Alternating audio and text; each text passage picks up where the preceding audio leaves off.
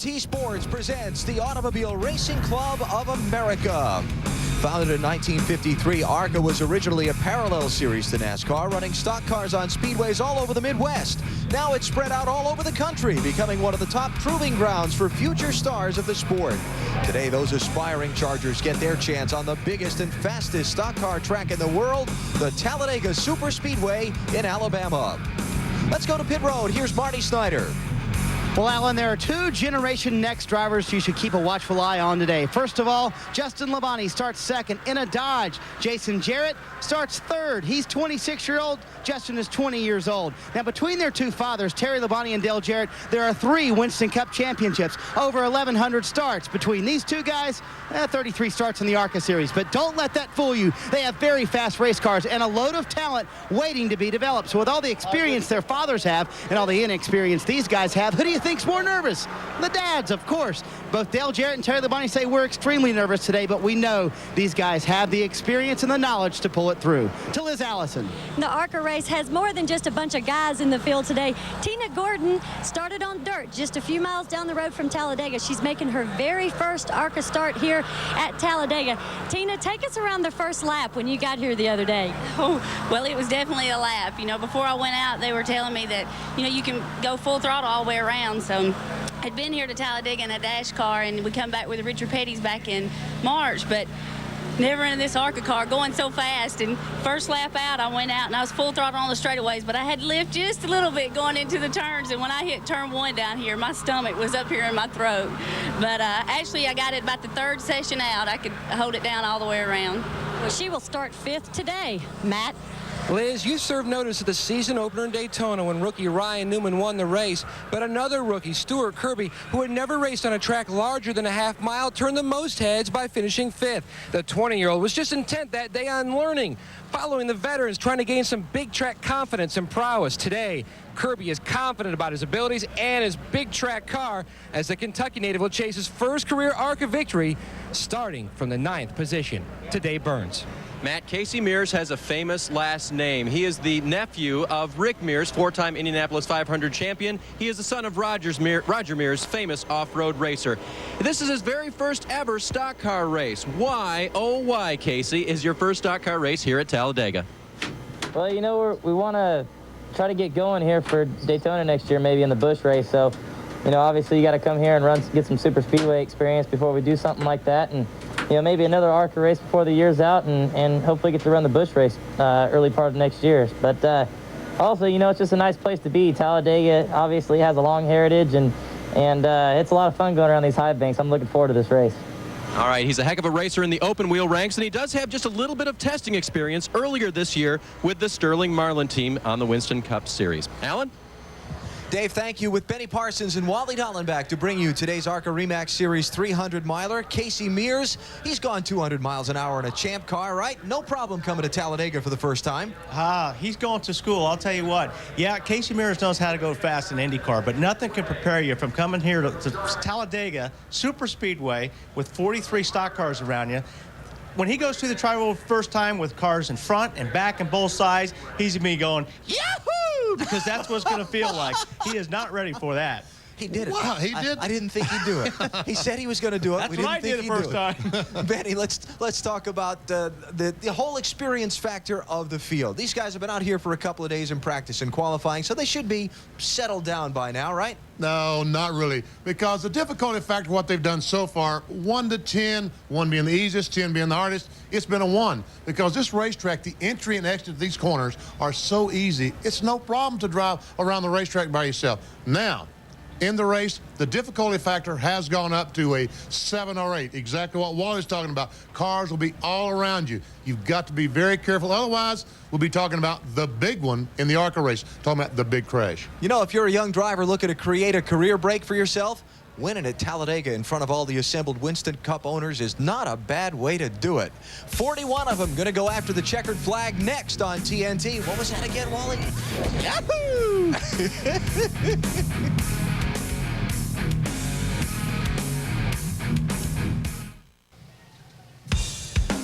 ARCA Series racing from Talladega on TNT is brought to you by REMAX. Outstanding agents, outstanding results. by Craftsman, the official tools of NASCAR, CART, and NHRA. And by AC Delco Automotive Parts, when the right way is the only way. The last time the ARCA Series was in competition was 2 weeks ago in Charlotte, North Carolina. And in the final moments of that race, driver Blaze Alexander lost his life in a crash. Alexander, by his own choice, was not wearing a head or neck restraint at the time, but in his passing, becoming the 5th different driver to die of similar injuries in the last year and a half, brought another outcry for mandatory use of either the Hans or Hutchins system to be required by the sanctioning bodies.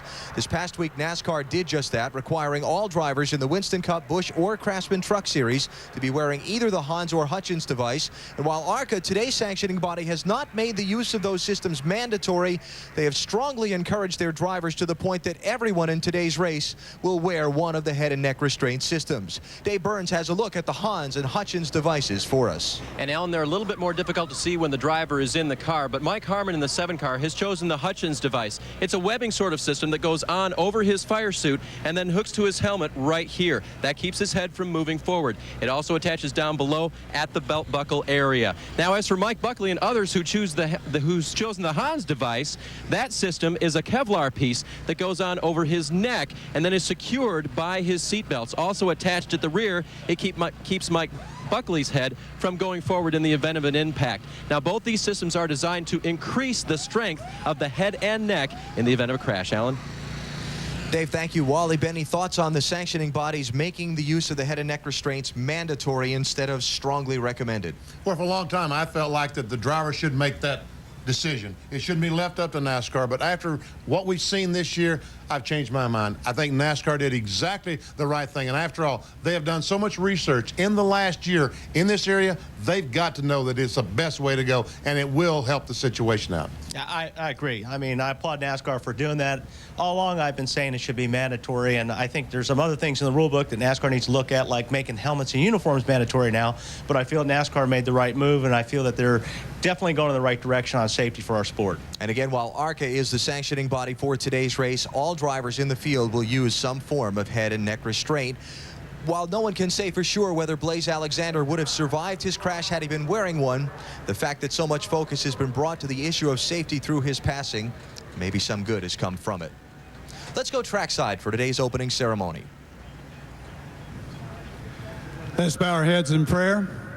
Before we have our prayer, I want to take a moment to remember the family of Blaze Alexander that lost his life at our track there in Charlotte, and also for the victims of the World Trade Center, the Pentagon, and Flight 93.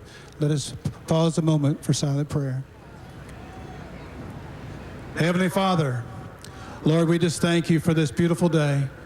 We thank you, Lord, for your presence. We thank you, Lord, for these facilities that we can come and have a great time. We ask that your safety will rest with every driver, the wisdom for the spotters of this race, and for the crew chiefs that at the end of this race, we all know we've done our best. For I ask this prayer in Christ's name, amen. Please remain standing and join in Warner Brothers recording artist Dusty Drake in the singing of our national anthem. Oh, say, can you see by the dawn's early light what so proudly we hailed at the twilight's last gleaming, whose broad stripes and bright stars through the perilous fight o'er the ramparts we watched were so gallantly streaming, and the rockets' red glare, the bombs bursting in air, gave proof through the night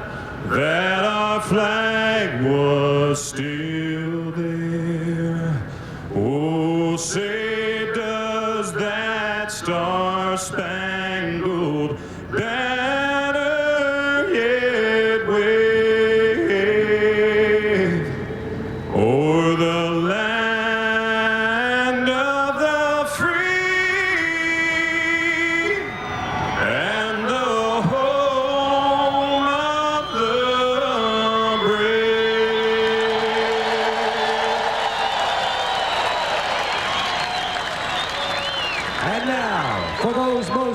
last words in all of motorsports, our Grand Marshal, Don Butler. Ladies and gentlemen, start your engines.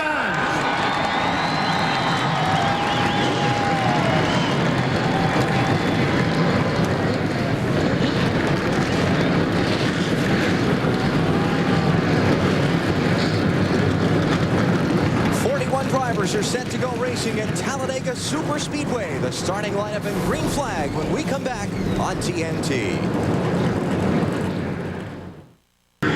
Back at the Talladega Superspeedway, the field of starters in today's ARCA RE Series 300-miler rolling off onto the Talladega Superspeedway to begin their parade and pace laps before the green flag. Here's our Castrol Syntex starting grid. Bobby Gerhardt of Lebanon, Pennsylvania is on the pole. Won the Daytona ARCA race in '99. Terry's son Justin is alongside in a Dodge. Row number 2, it is third-generation driver Jason Jarrett, winner at Kansas City earlier this year, and Colorado Rick Corelli, who's got to drop to the end of the pack because he had to change engines this morning. In row 3 on the inside, the lady in the field, Tina Gordon, with a very fast race car. Her teammate, Bob Strait, on the outside. In row 4 on the inside, C.W. Smith out of Pennsylvania, and ARCA RE Series champion Frank Kimmel on the outside. Fifth row, Jeremy Mayfield, protege Stuart Kirby from Kentucky. Saw him in the Winston Cup race at Charlotte a couple of weeks ago. No relation, but Andy Kirby, former Nashville Speedway track champion, is in row 5. Bristol, Tennessee's Nate Monteith in his second ARCA race starts in the 6th row. Jacksonville, Florida's Keith Seegers had a top 10 in the season opener at Daytona. On the inside of row 7, Randall Ritter out of Tennessee, and Robbie Benton in one of the Robert Yates cars on the outside. Casey Mears on the inside of row 8, and Richard Mitchell on the outside out of West Virginia. Mississippi's Robert Burrows is in the 17th starting spot. Walkerton, Indiana's Chad Blunt makes his Talladega debut from outside of row 9. Birmingham, Alabama driver Mike Harmon is in the 10th row, veteran of the Busch Series, and Damon Lusk from the Pacific Northwest. On the inside of row 11 is Mike Buckley out of Michigan. On the outside, Billy Venturini out of Concord, North Carolina. On the inside of row 12, Mark Gibson, formerly of Daytona Beach, Florida, and Rick Markle on the outside. 13th row, Donnie Morlock and Norm Benning. Benning, the Pittsburgh, Pennsylvania veteran, finished 9th here last year. Doug Reed of Hueytown, Alabama is inside of row 14 with Dion Ciccarelli of Maryland. On the inside of row 15 out of Florida is Dale Kreider, and Tennessee's Ron Cox on the outside. In row 16, Bob Kelly, another car out of Florida, and Chuck Weber on the outside. 17th row, Brian Kahns of Livonia, Michigan, and Fayetteville, Tennessee's Tim Mitchell. Pennsylvania veteran Andy Belmont is alongside Columbus, Ohio's Greg Sarf in row 18. On the inside of row 19, Kevin Belmont and Dennis English on the outside. In row 20, Darrell Basham on the inside, Eric Martin on the outside. 21st and last, Todd Boucher. His dad, Jack Boucher, so instrumental in my ARCA career back about 30 years ago. Couple of laps away from the start, so let's take a commercial break here. We'll be back for the green flag after this on TNT.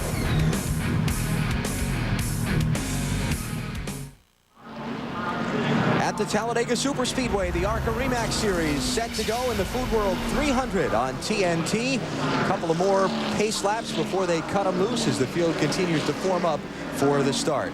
This is the second to last race of the season for the ARCA Series. Frank Kimmel has already locked up the championship. Look at that gap to Jason Jarrett. And we thought Jeff Green winning the Busch Series championship by over 600 last year was big.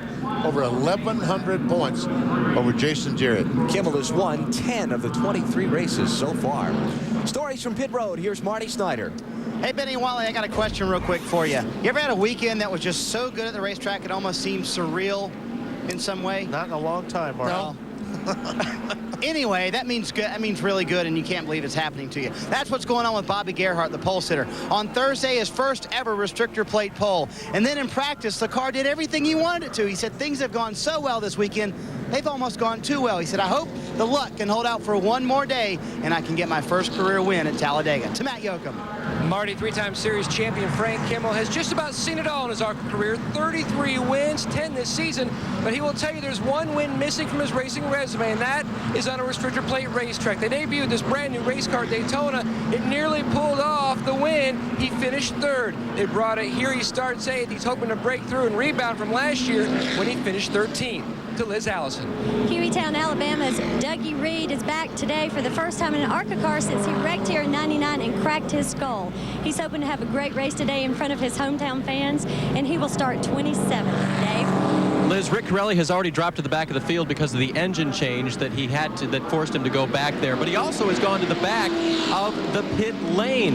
He and 4 other top 10 qualifiers chose pits that are at least 28th and further back. Why? Well, not so they could speed down pit road. No, they never tried that. But actually, the gearing in these cars for this track makes it difficult to get up to the 55-mile-per-hour speed limit on pit lane unless you're back here a ways. So that's why they did it. Guys up front, by the time they hit the line at the end of pit road, they may not even be up to 55 miles an hour yet.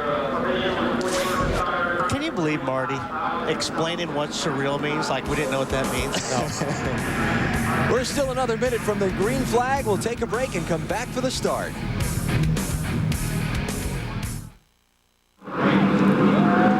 Once per year, the ARCA Series races at the world's fastest speedway. It is about to get underway. 41 drivers, 300 miles around this 2 2/3 mile giant oval. Bobby Gerhardt, former Daytona winner, and second-generation driver Justin Labonte bring the field down for the first of 113 laps that make up today's distance. Green flag is out. We're racing at Talladega.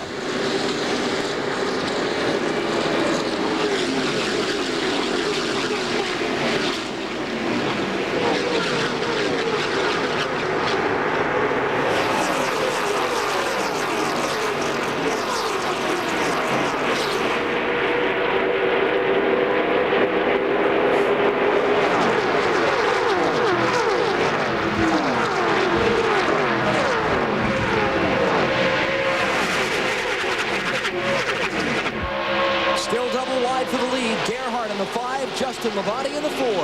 Nothing has changed. They took the green flag about 65 miles per hour. They're now up to about 180 miles per hour, and they're still side by side. Jason Jarrett in the purple and gold car, the 67. Now slipping to the inside of Justin Labonte to race him for second. Bobby Gerhardt going to lead lap 1.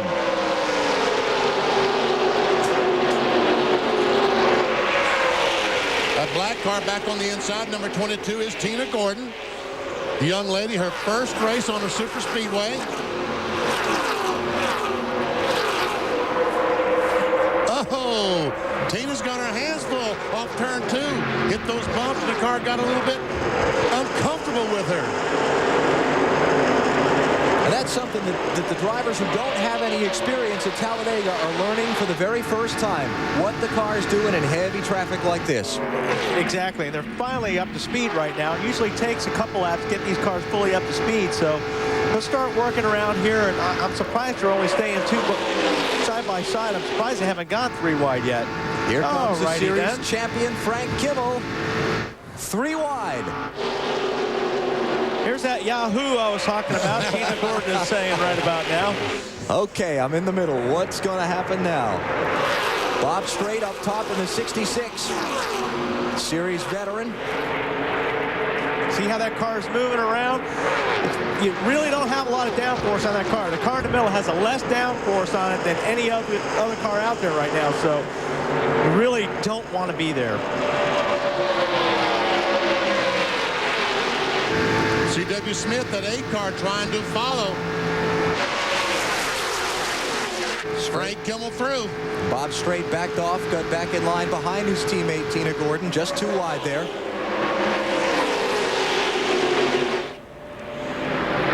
Gerhardt, Jarrett, Labonte, the front 3, single file, then this for 4th between Kimmel and Gordon. And those 3 guys will get away if these guys keep running side by side like this, especially 3 wide.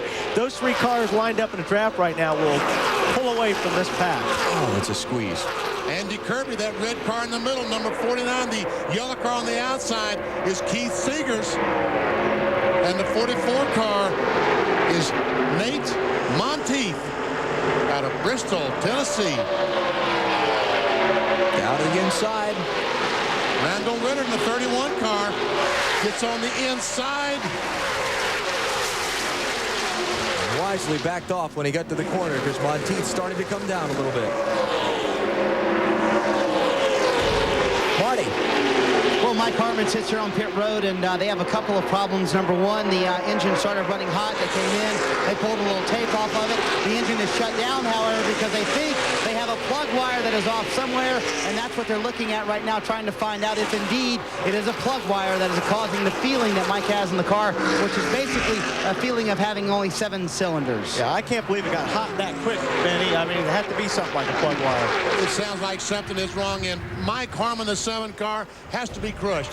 This is his home racetrack, and he told me this morning, this is the best car I've ever had for an ARCA race. I'm going to win today. He's not going to win today. Oh, yeah. Told me the same thing. That's a shame. Harmon is on pit road. First car out of the race right now.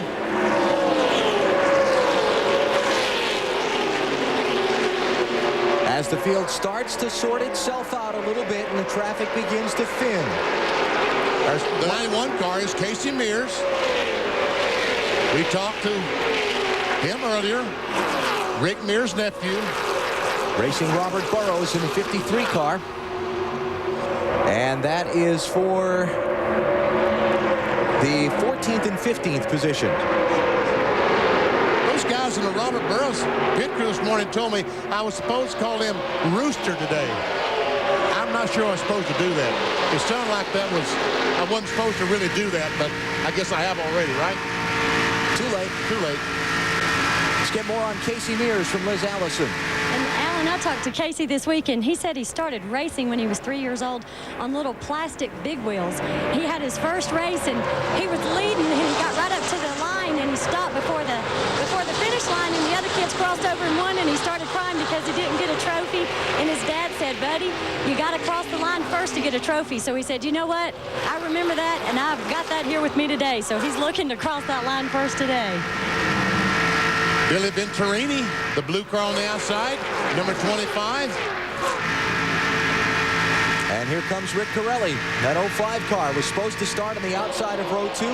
Had to go to the end of the field because in ARCA, if you change engines from the time you qualify to the time you race, you're out.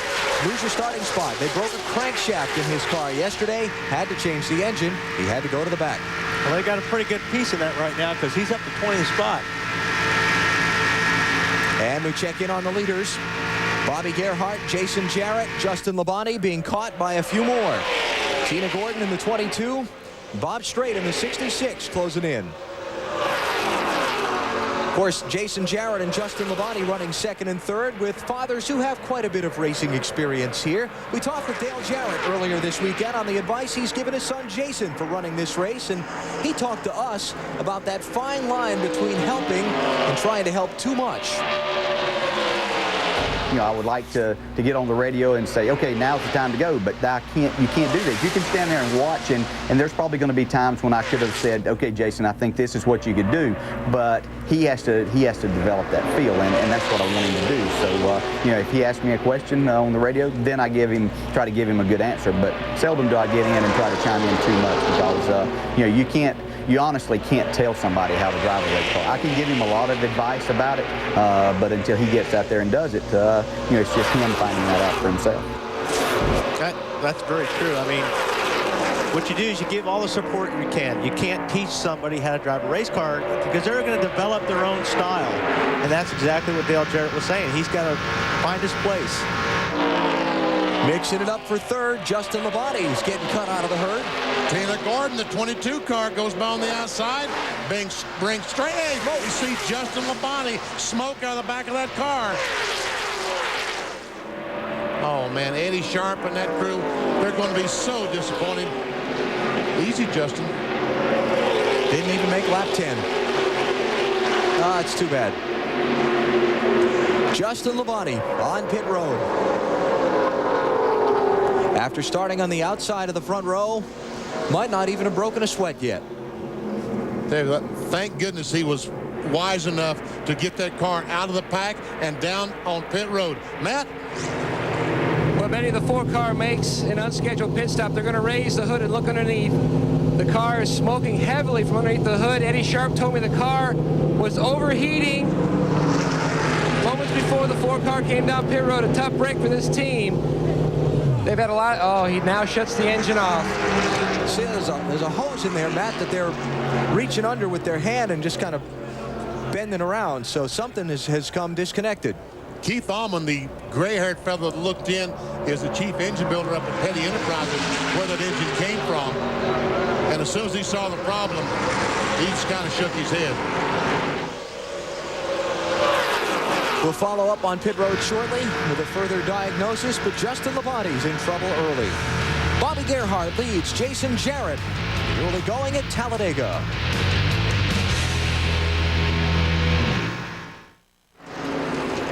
Our Wendy's race menu tomorrow from Talladega. The NASCAR Winston Cup Series takes center stage with the EA Sports 500 presented by Dodge. You'll see it on NBC at 12:30 Eastern Time. Then our NASCAR at Night Encore Monday night on TNT at 1 a.m. Eastern and Pacific.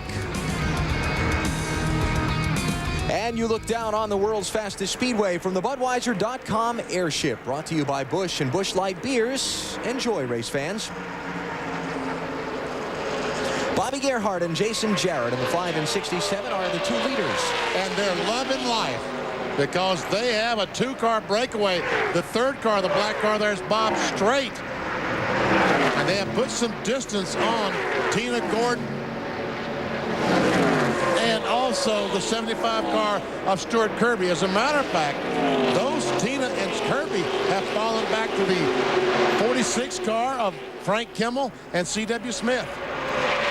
And the reason for that was that Tina and Stewart were running side by side, lap after lap. It seems like about 3 laps, and they lost that lead group. Instead of one of them just cracking the throttle and getting back in line, not only did they lose the draft from the leaders, but that pack behind them caught them and passed them.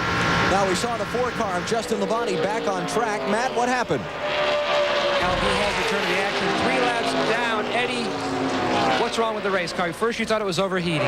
Yeah, we thought that. It looks like return oil line either got left loose or, you know, my guys work really hard in the shop, and it's a shame, and Justin deserves a good run.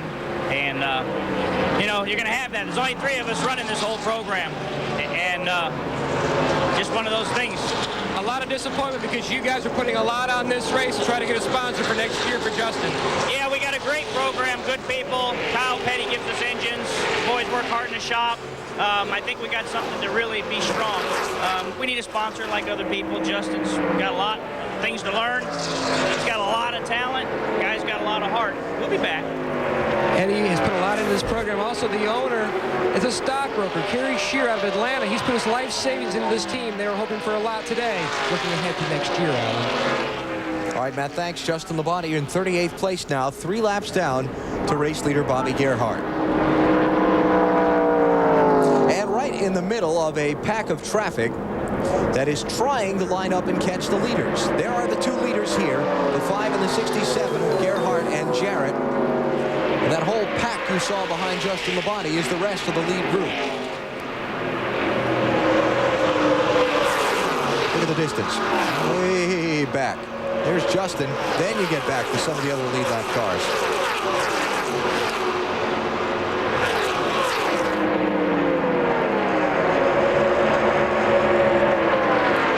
I think they need to be in a little bit tighter draft to really gain anything on the leaders, BP. Yeah, they need to get closer. But there again, a lot of these drivers, and like in Tina Gordon's case, this is their first time on a racetrack as big as Talladega, her first time drafting, and you just can't expect those people the first time to close up and just ride on that front bumper of the car in front of them, on the rear bumper of the car in front of them. Got got a couple of more drivers having some early problems. Dave Burns. One of them, Alan, is Dion Ciccarelli, who is already out of the race with motor problems. The team said it just blew up. The number he was running today was 16, and 16 was actually the winningest number here at the Talladega Superspeedway in ARCA competition. The number belongs to Tim Steele. Tim has won here 4 times, and he called up Dion and said, hey, I'm not going to be at the race. Could you run my number so I can get some owner points? So Tim Steele not here, but trying to collect owner points. Unfortunately, he won't get very many today. Now Dion's going to finish 40th out of 41. Mike Harmon out after the problems we saw with the engine just 2 laps in. And also Doug Reed has gone behind the wall with his car. Rick Corelli, 05 car, red and white, center of the picture there. Dropped to the back, continues to be on the charge. He's up to the 11th spot now. There was in the Remax car. And guess who's spotted for Rick Corelli today? Davey Leniger, the owner of Remax Realty. Talked to him down the garage this morning. Huge racing fan. Came over today not only to see the ARCA Series run here, but to spot and cheer his driver on, hopefully the victory. Leaders have begun to pick their way through the tail end of the field. Some of the lap cars, the slower cars. And for now, a 2-car breakaway as they've moved out in front of 3rd place Bob Strait by 1.9 seconds. That's Strait, that black dot way in the back of the picture there. I'm surprised he's hanging in there as well as he is, running by himself. Marty? One thing to keep in mind here, guys, Bobby Gerhardt is doing a great job in the lead, but Jason Jarrett is running for ARCA points and currently sits second in the point standings. Now, Jason wants to lead a lap, so Bobby's spotter asked him if he would pull over and let Jason lead a lap. He said, if we get far away enough from the pack behind us, I have no problem doing that. So look for in a few minutes, Bobby Gerhardt to pull over and let Jason Jarrett lead a few laps. And you see, in NASCAR Winston Cup, the Pontiac guys are always complaining about the Pontiac not being a good body style to run with the Dodge, Chevrolets, and Fords. These 2 leaders are Pontiacs. And under the ARCA rules, this is the car of choice and the car that seems to be the fastest car because of how the rear spoiler is positioned on the car. Dave Burns? And Benny, the 3rd place car of Bob Strait, who stuck out all by himself right now in his Ford, radioed in a similar complaint, and his crew just got back from, yep, the Pontiacs have the edge right now. Just hang in there, buddy. But right now, that pack that's all lined up, they are faster, and they will run these guys down eventually. They've got a really good draft line going there. They should pick up these first 2 cars. Actually, they should get straight here in a few laps. So Bobby Gerhardt leads. Jason Jarrett is second. Bob Strait third. Stuart Kirby and Frank Kimmel lead that second group, trying to catch the front 3 at Talladega.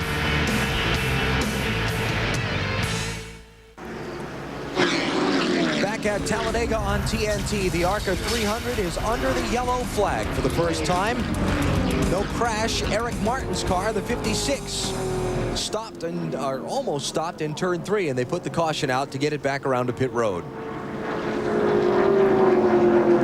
And his crew going to the attention of that one. So first yellow flag. We're 22 laps in. Do you pit? Oh, yeah. Yeah. I mean, 60 miles. I think we'll see most of the leaders on pit road. Corelli was up to 11th, and he's back to 17th in that last couple laps. Find out what happened to him. I don't know. We'll have to find out. So Bobby Gerhardt and Jason Jarrett's advantage, having broken away from the rest of the pack, all evaporates here as the pace car brings the field back up to them. That's a good break for Frank Kimmel and Stuart Kirby and some of those others that had kind of got hung in that second draft. That was the pole sitter, Bobby Gerhardt, we were riding along with.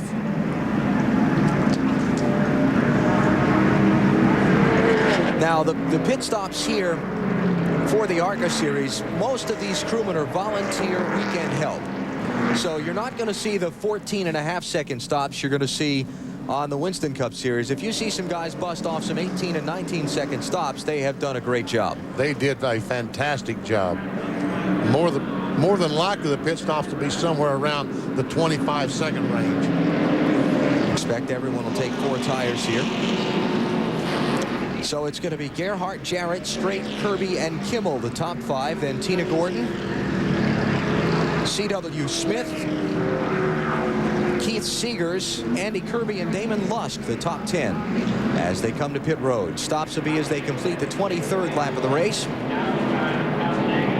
And we go to Dave Burns. Bob Strait is in. They will change 4 tires. The only thing else they want to change on the car was that the temperatures were a little bit high. They're going to take some tape off the front of the car when they come around to change the left side tires on the 66 car. Matt?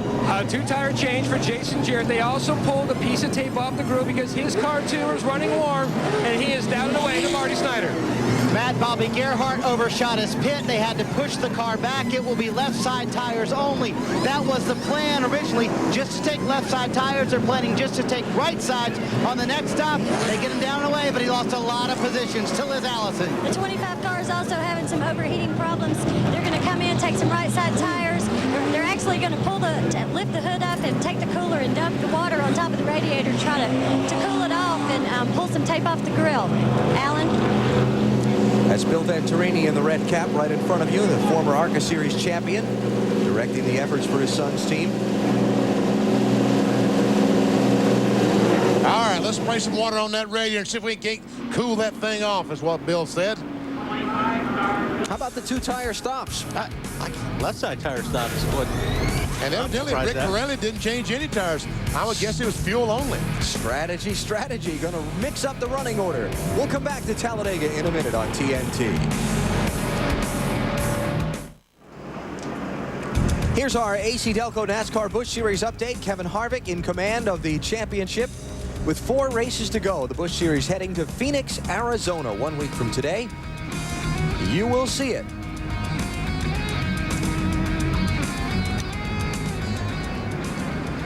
Rick Corelli on a little bit of a different pit stop schedule than the other leaders. Dave? Alan, it was not planned. Rick came down pit road. He did not see his pit stall. His crew chief, Kevin Buskirk, was talking to him, and he drove on by. So he went back out on the track. They decided to come back in, put on 2 tires only to save time. They also made a track bar adjustment because the car was a little bit tight. But Rick said on the radio, my fault. I was looking down pit lane. You were talking to me, and I missed the stall. Man. Don't you just hate that? I hate that. That's why I have them count down. When I get like 8 away, they go 8, 7, 6, 5. I know I'm getting close. That's a mistake you might expect from one of the more inexperienced drivers, but not from a veteran like Corelli. He's been doing this a long time. All right, set to go. The leader is the 60 car of Rick Markle. Did not pit under the caution. The 48 of Donnie Morlock is second. Then Jason Jarrett, Bobby Gerhart, and Andy Kirby, the top 5.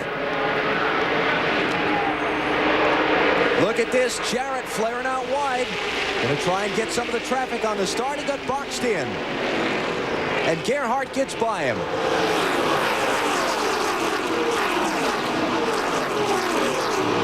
Jarrett's crew getting him off pit road ahead of Gerhart, gone to waste. Oh no! Trouble. Seegers in trouble in the 04. They're going to lock together and stay right there on the apron. And that was Bob Kelly in the 17 car that made contact with him, and I don't think I've ever seen 2 cars locked together on a super speedway. They put 2 tires on and go and not lose a lap in a hurry. I mean, that was because they weren't even up to speed yet. Right? They had just come across the start-finish line. They weren't even up to full speed. It looked like 2 cars on a half-mile racetrack. That's how they got away with it. That's how they slowed down so fast. Yeah. 8 tires is better than 4. So back around to the caution flag again.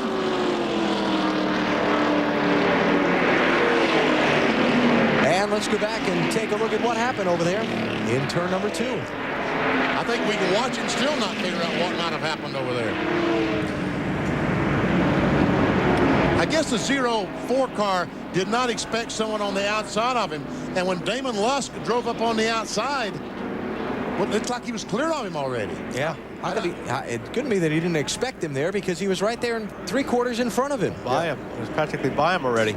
Something. I don't know. Yeah. That's a mystery. See, I mean, he's there. And all of a sudden, car just moved on him. I think as the car... Would he have been changing gears? Should have been in high gear. Should have been in high gear already? Okay, all right, just asking. Could have been. That's a very possibility. That is a possibility that he was dragging it down into 4th gear. When he did it, the car veered over to the right, and he jerked it to try to avoid spinning out Damon Lusk in the 15.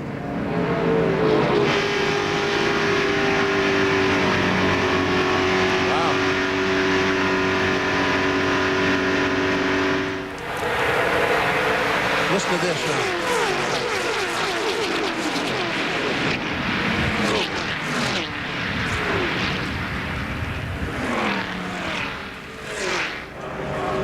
And so Keith Seegers has brought his car back around to the pit lane. Get some help from the Kodak team today. One of their former cars and their crew doing the service. Bobby Gerhardt took the lead coming back to the caution flag. He's back out in front at Talladega.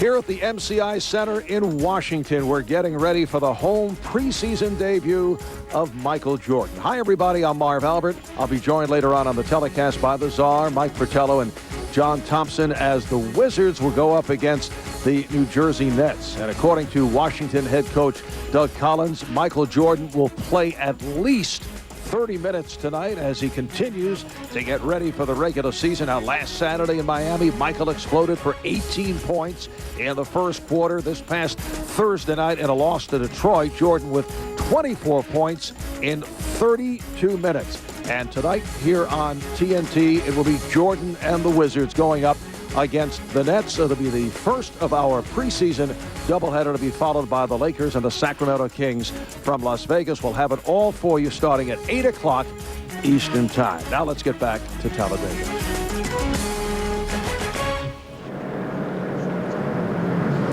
I was wondering what I was going to watch on TV tonight in the hotel room. There you go. There we go. Get a first look at MJ back on the court.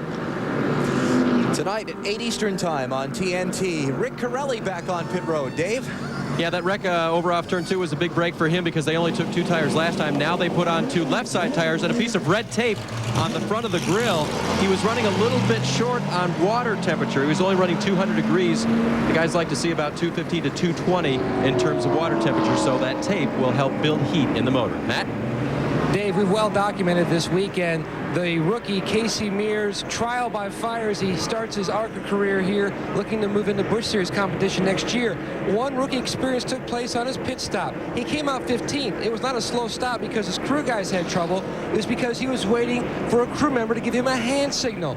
In IndyCar and open wheel racing, normally a crew member will stand near the front of the car. When the stop is completed, they will give the driver a hand signal. And while you know from your father's experience, that's normally what you look for, and the crew is telling him to go, go, go, but he was waiting for a hand signal. That's right, Matt. Your signal is that guy that's standing right in front of you. Usually that guy's either adjusting a wing or whatever, but he'll hold you and he'll look down pit lane behind you, make sure you're clear when you come out of the pits. Obviously, it's something to do in a cup car, but that's right. It's probably what he was looking at. And in a stock car, the driver's signal to go is when that jack hits the ground. That's your time to hit the gas and let it rip.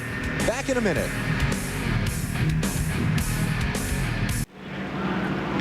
The best seat for today's race is high above Talladega Superspeedway in the Budweiser.com airship, brought to you by Busch Beer and easy drinking Busch Light.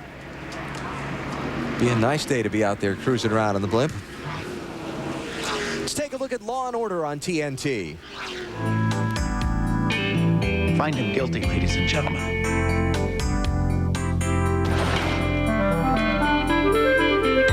Nail it down, and we've got a motive. Get caught up with Law and Order Monday through Thursday nights at 8 on TNT. We are back under green. Bobby Gerhardt is the leader. In the 5 car, second is Donnie Morlock. Jason Jarrett is third. Andy and Stuart Kirby are 4th and 5th. And here comes Jarrett to challenge Morlock for second. Jarrett in the purple and gold car, the 67 machine. You know who's that 48 car of Danny Morlock? James Hilton. James Harvey Hilton of NASCAR Winston Cup racing of Inman, South Carolina. Former winner here. Yes, right? he did. At Talladega. 49 cars, Andy Kirby. He's trying to get third away from Morlock. He will do so. Stuart Kirby is with him in the 75. And then it's C.W. Smith, former Pennsylvania State Trooper in the 8 car.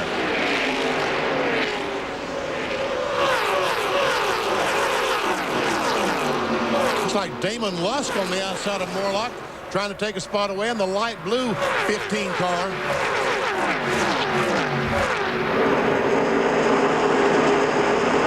There's Frank Kimmel, ARCA Series champion, the bright orange number 46. 9th place as we ride with him. And he's following Richard Mitchell out of West Virginia. That white car directly in front of Kimmel. Brewston Mills, West Virginia. Where is that? Is it around Morgantown?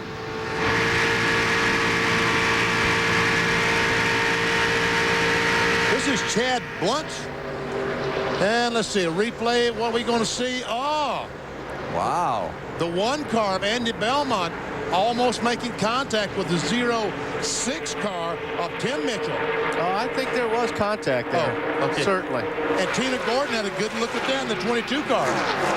Mr. Mitchell probably thankful for Andy Belmont's vast experience on these big tracks that they both got away with that one. Here comes Kimmel. Talked to Frank extensively this morning. He said they had a hard time in final practice getting this car to lead a group. He would go as fast as the car behind him would push him, but he couldn't get out front and lead a group. We saw that incident a moment ago involving Andy Belmont in the 1 car. He's on pit road. Dave? Alan, he hasn't had a very good weekend so far. He qualified only 35th best, and right now he radioed in, told the crew, check to see if the oil pump valve has fallen off or something. It is definitely in the motor, but he just shut it off and is letting the crew go to work right now. So far, no other communication from them, so they're still checking it over.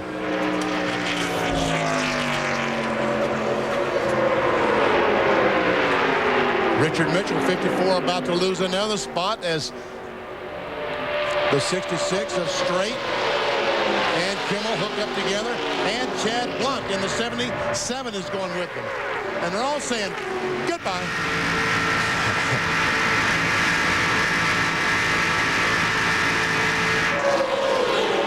Chad Blunt, a 22-year-old from northern Indiana. Background racing late models and super late models at the Berlin Raceway in Marne, Michigan, track that Johnny Benson's now a part owner of. Oh, Chuck Weber around and around and around and around, and he comes to a stop. And didn't hit anything. And that's a good thing. He looked like he's, I don't know if that was a paint job or tire marks in front of the left rear tire. Yeah, if he didn't hit nothing on that deal, then he's made some contact somewhere along the way. Caution flag is out. They're racing back around to the yellow, or they're slowing back down to the yellow. You don't race to the yellow in ARCA, so there you go. I was going to correct you. Yes, you were, and I knew you wouldn't hesitate either. You saw me sit up on the edge of the seat, just couldn't wait to correct you. Believe me, folks, there's no restrictor plate on Benny or Wally when it's an opportunity to correct me. But the one thing you didn't hear before was them during the commercial saying how they thought I had correctly diagnosed the situation that led to that last caution. But we haven't confirmed that yet. No, we haven't confirmed that. I said you thought that. But we got our best man working on the job, so. There you go. Or maybe a best gal, I'm not sure. All right, Chuck Weber, Texas driver, soldiers on to all of these races, one of the true independents in this business. Now, this was a lap before his spin. Watch this. Randall Ritter. Oh, that's where the tire marks came from. He gets into the side of the 31 car, and all those Hoosier tires rub the left side of the 24 car. All right, now let's go forward to the wreck. Here he is off turn 4. What if he had a tire go down? Right rear tire is flat. Yep. Of course, he banged the guy on the left side. Yeah, that might be why he was trying to get out of the way down the front stretch when he ran in to the side of Randall Ritter. Well, he wasn't getting out of the way quick there. No. Little 180-mile-an-hour spin for you. Good place to do it. 1 360, 2 360s, 3 360s. Chuck Weber drove it away. Andy Belmont looks like his day is done in the AOL car. Still under caution here at the Talladega Superspeedway, cleaning up after the Chuck Weber spin off of turn number 4. Let's go to Liz Allison. Nice work.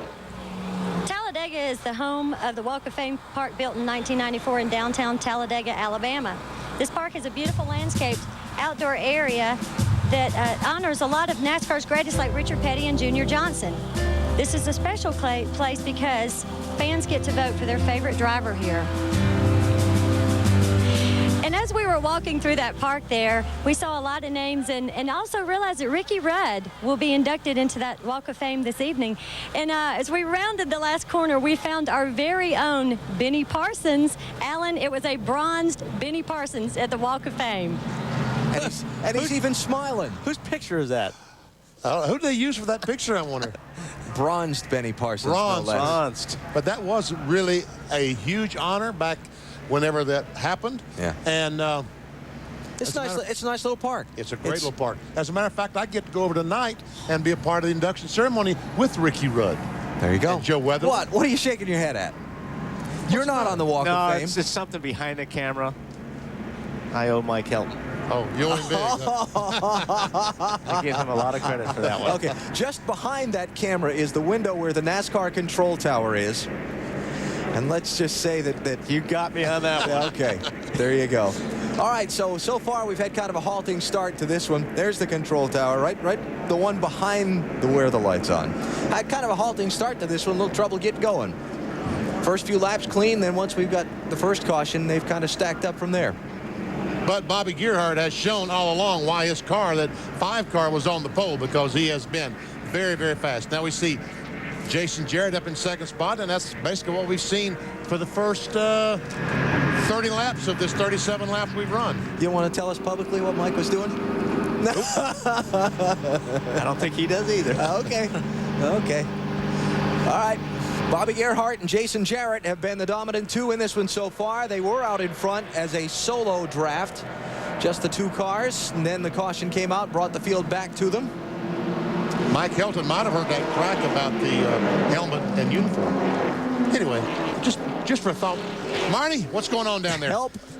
Well, guys, there's been a lot of talk about safety lately, obviously, and Jason Jarrett's team is trying something new today. All of these cars have an internal fuel bladder, which protects the fuel cell, if you will. Jason's team is running an external fuel bladder this week. It covers the fuel cell and the fuel filler neck, and it was the idea of the folks at Safety Clean, made by the folks at BSR Products. It has a liquid absorbent blanket wrapped inside a ballistic Kevlar covering. The idea is if any fuel gets out of the fuel cell for any reason, that covering and the blanket inside of it should absorb any of the fuel and cause any fire that might cause in Jason Jarrett's car.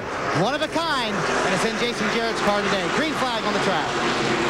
And we'll hope he doesn't ever get to test it out. Yes, isn't that the case? Isn't that true?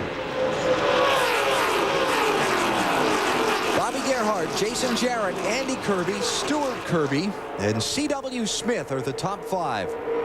49 is Andy Kirby, 75 is Stuart Kirby, that's 3rd and 4th. And as far as I know, no relation to those battling Kirbys. Working their way through some of the lap traffic. The 8 is C.W. Smith, and the black car there, the 66, that's Bob Strait. He runs in 6th. And you've got Damon Lusk, Frank Kimmel, Richard Mitchell, and Chad Blunt rounding out the top 10. The 4 car there, Justin Labonte, 29th place, 2 laps down to the race leader. Had a fitting come loose on his car and made an unscheduled pit stop earlier.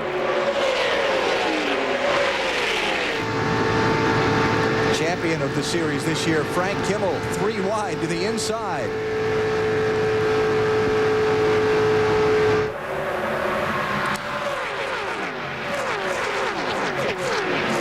Just can't get anyone to go with him. He's tried the low side many, many times, but they all line up on the outside. Must be something about being the champion that these guys don't like. Maybe being 1,200 points ahead, too. When you've won 10 out of 23 races, people probably aren't going to help you a whole lot. Dave, how about it? Alan, how about not being in a Pontiac? That's the explanation right there. He's not driving a Pontiac. He's not going to the front. I like Benny's reason better. I think he better find some help soon. He's going to the back. Look at this. Corelli's gone by. Tuck in there, Frank. Billy Kimmel is back on the racetrack.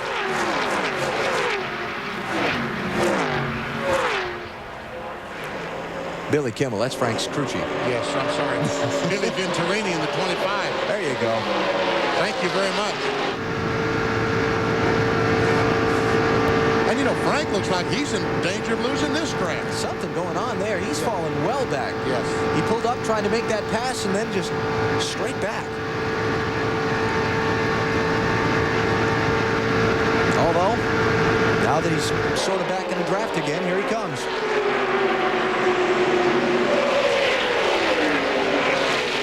It's all the way back to 14th place.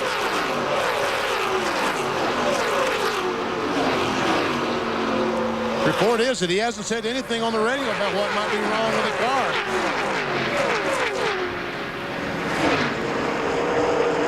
15 car light blue machine. Damon Lusk trying to lead a charge to the inside. Kimmel and Pirelli now back at the tail end of this line.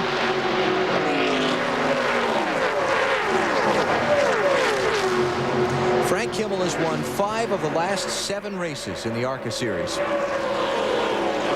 Gosh, and nobody's helping him. What a shock.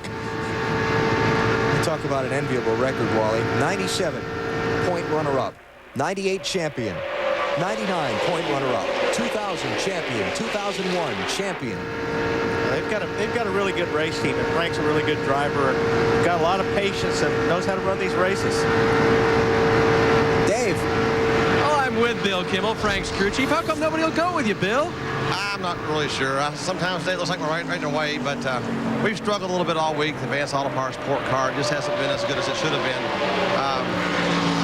We'll keep struggling all day long and try to soldier home a decent finish, but it doesn't look like we're in contention to win today. It's not because you're in a Chevrolet, is it, that they're not going with you? No, we're in a Ford today. Oh, well, okay. Is it because you're not in a Pontiac? That could be. I mean, we can't catch the Pontiacs to even draft with them today, so we'll sit there and do the best we can. You get called on a line here, and nobody's your partner no more, so we'll be all right. All right. Now, Wally, I tried to get you back on that because you like Betty's explanation better, but you blew it. I still think I'm right. Yeah, I blew it. Yep, pretty much. Basically, pretty much. Well, after the race, we'll go down and we'll explain to you what cars what the emblems mean on them. What's that blue over? That one's the... Yeah. Yeah, then there's like a diamond, and that's a... Okay. No, that's actually... Okay. All right, that's enough out of you, Burns. You've had your chance. Frank Kimmel trying to work on Robert Burrows in the 53. This would be for 12th spot. And remember that Justin Labonte in that 4 is a couple of laps down. Next lead lap car in line will be Casey Mears in the white number 91.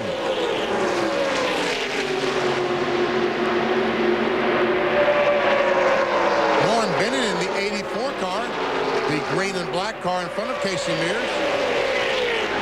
Long-time campaigner, Winston Cup, ARCA, out of the Pittsburgh, Pennsylvania area. Benning currently 5th in ARCA points with 2 races to go in the season. Bobby Gerhardt and Jason Jarrett are your top 2 in Talladega on TNT. Tomorrow from Talladega, it's NASCAR Winston Cup Series action on NBC, the EA Sports 500, presented by Dodge. Stacy Compton and Bobby Hamilton are on the front row for that one. Dale Earnhardt Jr., Daytona winner, starts 6th. Jeff Gordon, the point leader, starts 11th. See it all starting at 12:30 Eastern Time on NBC tomorrow. Coming up on halfway.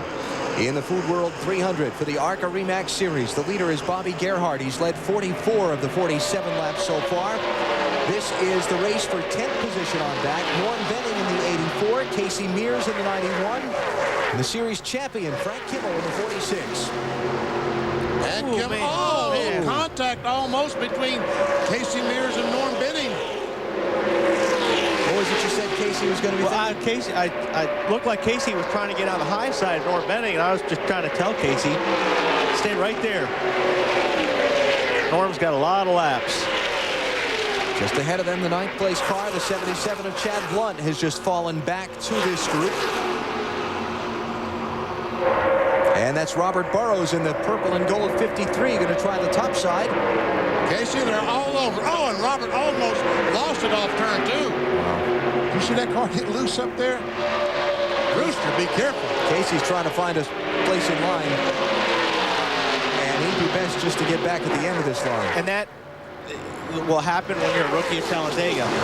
You have to protect your outside lane when you're going into these corners, because you think you're on the outside, you're okay, but all of a sudden you become the man in the middle when that car behind you swings up on the right side, takes that high lane away from you. And then you're stuck in the middle and you go right to the back. Billy Venturini in the 25 on pit road for a long time with the overheating problems, but still kicking his way up through the field. He's on the lead lap. Yeah, all that time that he spent trying to get the thing cool at least was on the caution flag. Yep.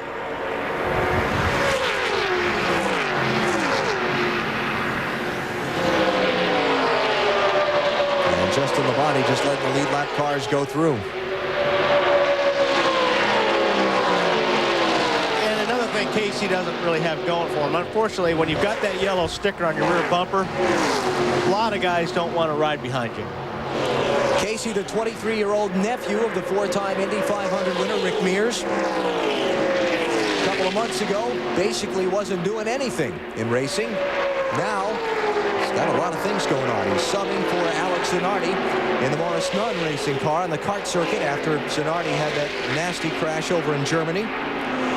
Got the ride here from Wayne Jessel to come do this ARCA Series race. They're trying to possibly put together a Busch Series program for him next year.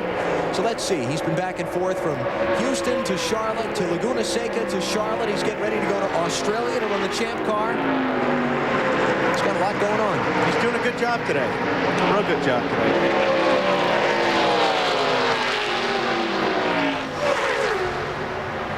23-year-old, good-looking kid who can drive a race car fast, and he's got a well-known name. Pretty good combination. Not bad. And Casey has fallen back to 14th place right now, but again, he's on the lead lap. We've only got 21 of the 41 starters that are on the lead lap at this point. And the 91 crew is basically the same crew that Jeffrey Bodine uses in the NASCAR Busch Series. Donnie Richardson and his crew. And I think that is one of Jeffrey Bodine's cars. Boy. Lesson learned right there, huh? Yep. Here's Frank Kimmel, ARCA Series champion for 2001, running in 10th place. We ride with him for a lap around Talladega. 77 car is Chad Blunt. As Kimmel goes in the corner behind him. 77 car is a Dodge.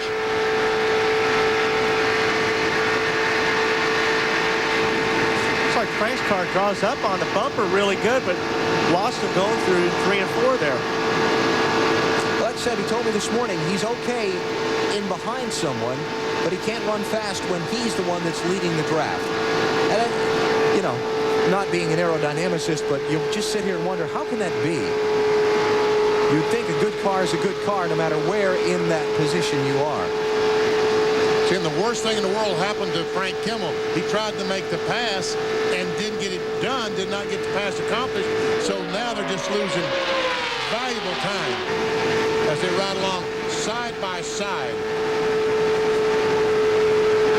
Rick Corelli closing in behind them. Kimmel should be loose right here, being that close.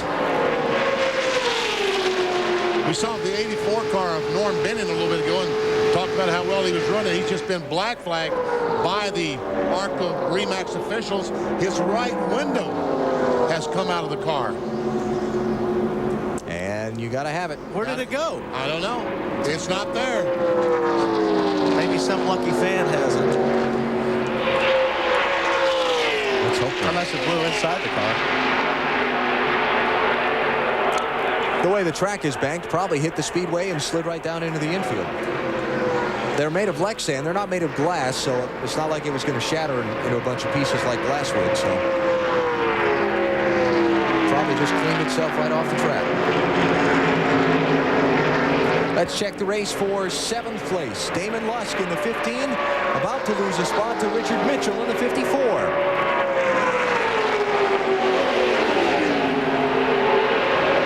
44 car is Nate Monteith. He's the first car 1 lap down back in 22nd place.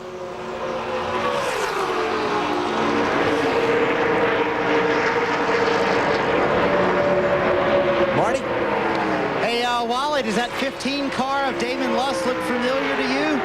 Yes, it does, Marty. It should. That's the car that Wally Dallenbach used to push Dale Jarrett to the victory in the 1996 Daytona 500. And I think Damon's doing a fine job in your old car today, Wally. I think he is, too. That's a very good Speedway car. And Dale Jarrett never even sent me a Christmas card that year.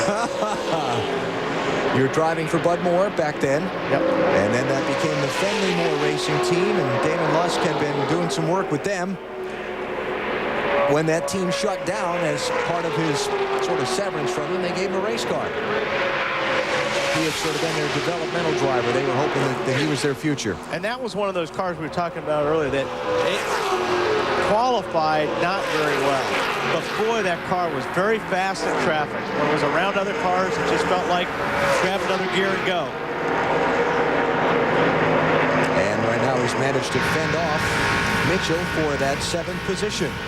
Bobby Gerhardt has dominated so far at the ARCA race at Talladega. At Talladega, we're under caution. In the ARCA 300-miler, Billy Venturini has just crashed in turn 1. I would say that was a big bogey. Might even be a quadruple bogey. See Billy moving around, removing his safety equipment inside the car. What happened? There we see him on the inside, and he makes contact with Frank Kimmel. And the car, oh my goodness gracious, wow. Someone just barely got by. He's running in 10th place at the time. That was a 77 car, I think, of Chad Blunt. Well, they were both passing that slower car, obviously. It's hard to say.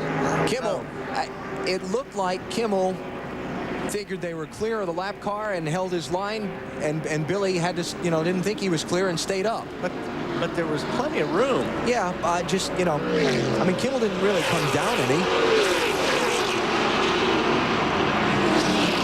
But Billy wanted to be safe and leave that lap car some extra room, yeah, I think. On board Frank Kimmel. Doesn't take much, does it? Oh, it sure doesn't. And Billy Venturini basically spun himself out by trying to get away from Frank Kimmel. And watch this 77 car. Watch this as he barely gets hot. Oh, my goodness gracious. Yahoo. But I think Billy was didn't want to hit the 46 so hard that he jerked the car trying to get away from the 46 car. And we see that so many times. The drivers actually spinning themselves out. But Billy is going to climb from that one okay, which is good news. And now we come up to pit stops for the leaders. We're just across halfway. 58 complete, 56 to go. And it'll be Gerhardt and Jarrett coming down. Remember last time, Jarrett took right side tires. Gerhardt only took lefts.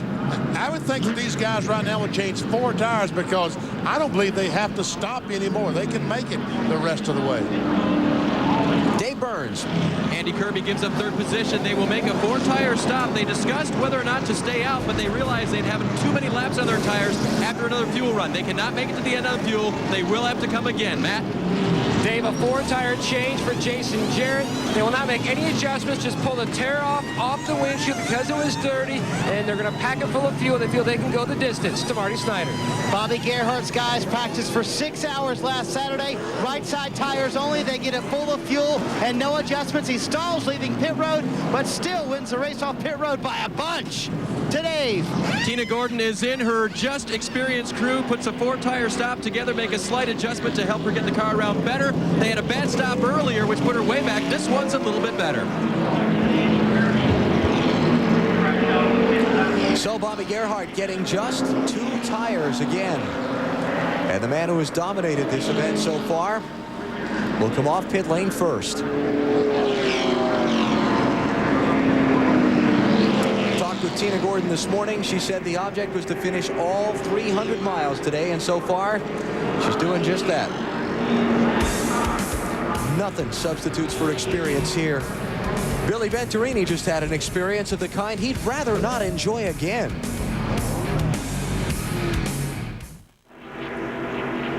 Cleaning up the 4th caution of today's Food World 300 at Talladega for the ARCA RE/MAX Series. This one when Billy Venturini tangled with Frank Kimmel racing into turn 1 and got the worst end of it. All right, watch these 2 cars. The black car on the inside. They're going down in turn 1. They clear the black car. Kimmel thinks that the 25 car is already clear, is going to go to the bottom of the racetrack, and he goes to the middle of the track, and Venturini was, again, trying to give that lap car a little room, stayed up about the middle, and that's where they met, in the middle of the racetrack. Now, this is not the first incident we've seen in Turn 1 today. This was NASCAR Winston Cup final practice. 22 car makes contact. Wardburn makes contact with the white car, Jeff Purvis. Purvis across the racetrack. The 43, the 2, the 5, the 44, the 36, the 29, the 97. Sounds like bingo. Yeah, bingo. It was. Just nobody won any prizes. Man, no, they didn't win any prizes. That's for sure. Yeah, they got the opportunity to take their backup car out for tomorrow's race. Guys involved in that accident during final practice, most all of those you see will take out backup cars. There are a couple of exceptions. Kevin Harvick's team was fixing their machine. Buckshot Jones's team was looking to fix their machine, and I believe the Kurt Busch team would fix theirs also. 12:30 Eastern Time tomorrow, the EA Sports 500 presented by Dodge. You'll see it from Talladega on NBC.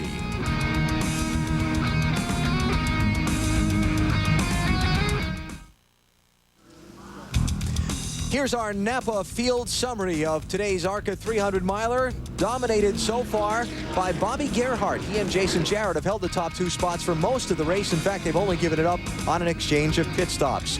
4 caution flags, the most recent of which when Billy Venturini crashed in Turn 1, and a lot of guys out of the race. Seen some pretty heavy mechanical attrition in this one. One of the big stories as we look at those out of the race and go back under the green flag, Justin Labonte had an oil leak on his car. He's a couple of laps down after starting on the outside of the front row. A couple of cars did not pit. The 31 is Randall Ritter. He's one of them. He is the leader. Did not stop under the caution flag. Ritter from Franklin, Tennessee. And here comes Jason Jarrett, going to pop out of line to try and get his way up toward the front behind Justin Labonte. 31 is Ritter, 5 is Gerhart, 15 is Damon Lusk, 4 is Justin Labonte, and 67 is Jason Jarrett. I thought the 67 was going to jump in behind the 4 here. That's what Monty reported earlier, that he was waiting for Justin Labonte to get up there to work with him. Almost stuck his nose in and made it 3 wide, and it didn't look like there was a lot of room. And Jason Jarrett wisely backed off and said, ooh, that was close. There's Damon Lusk in that blue 15 car taking a peek. Which way is the train going to go? Here goes Gerhart. Kind of knew that was just a matter of time. Yep, it sure was. Randall, goodbye. 43-year-old Bobby Gerhart of Lebanon, Pennsylvania, the 1988 ARCA Rookie of the Year. Daytona winner, 1999. He's got 28 Winston Cup starts on his racing resume as well. And he loves these big, fast racetracks. He's the winner of the ARCA Remax race at Daytona 2 or 3 years ago. That would be 1999. Mr. Statistic had that, just waiting for you to mention it. Actually, I just said it about 8 seconds before he did, but that's okay. Oh, well, that just shows I wasn't paying attention either. Nobody listens to me. Yeah, why? Why do you think that is, Howard? Because you can't stand it when I'm right. And it's not very often. Thank you. You're not doing much for my credibility here, Walt. I know. I'm doing all I can. Don't have much to work with. Here comes Bob Strait, 66 car, and we haven't seen him up in the top 3 or 4 in a little bit. Jason Mears, the 91 car, and Andy Kirby, 49 car, trying their best to wreck down in the short chute.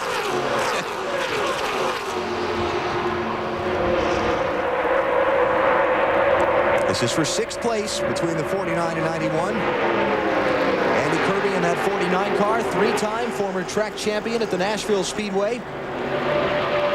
And lose a couple of spots. Mears and C.W. Smith both go by.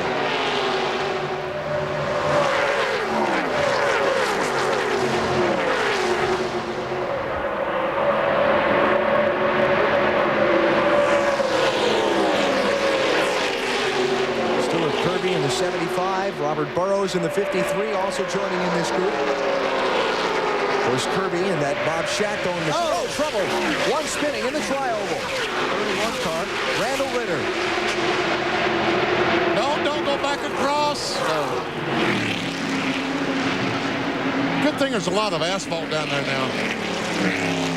That used to be grass until what, 5 or 6 years ago? And Randall can drive his car to the pit area, and he can put 4 fresh tires on that car because all 4 of them are flat. Because he left them on the straightaway. Remember, he didn't pit on that last caution. He was out there on older tires. I wonder if he cut one down or just the older tires just got away from him. Not often that you see a car just spin by itself in the tri-oval here. Used to be years ago before the big spoilers got put on them. Let's see if we can find that out, Alan. Nate Monteith, the 44 car, goes on the outside and just took air off the spoiler. Absolutely. It's exactly what he did.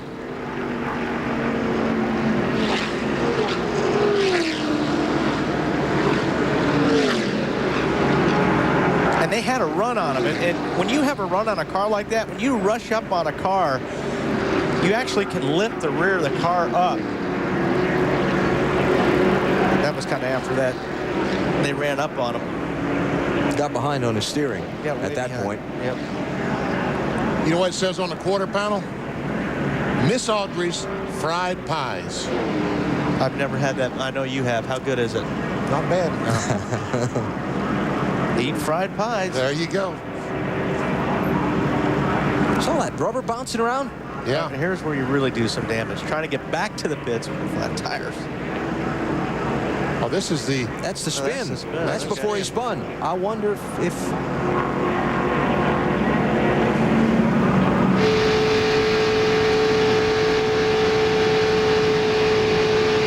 Wow. Frank Kimmel saying, thank goodness he didn't keep coming back to the right like he looked like he was going.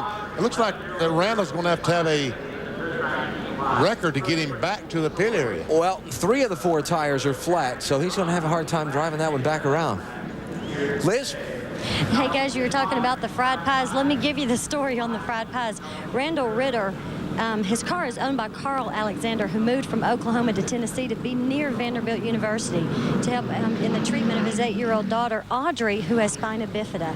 The car is sponsored by Miss Audrey's Fried Pies, and that is Audrey, and she is painted on the hood of the car, and I know she's watching today, so hello, Audrey. Well, there you go. There it is. I didn't know that Liz would know anything about the fried pies. She didn't know about the fried pies. She knew about Miss Audrey. I, on the other hand, knew about the fried pies. That's right. Go to the source. Yeah, exactly. What's your favorite? Apple. Yes. Apple? Yes. All right. That's what he said. Yeah. Yes. 47 laps to go. Bobby Gerhardt leads here at Talladega.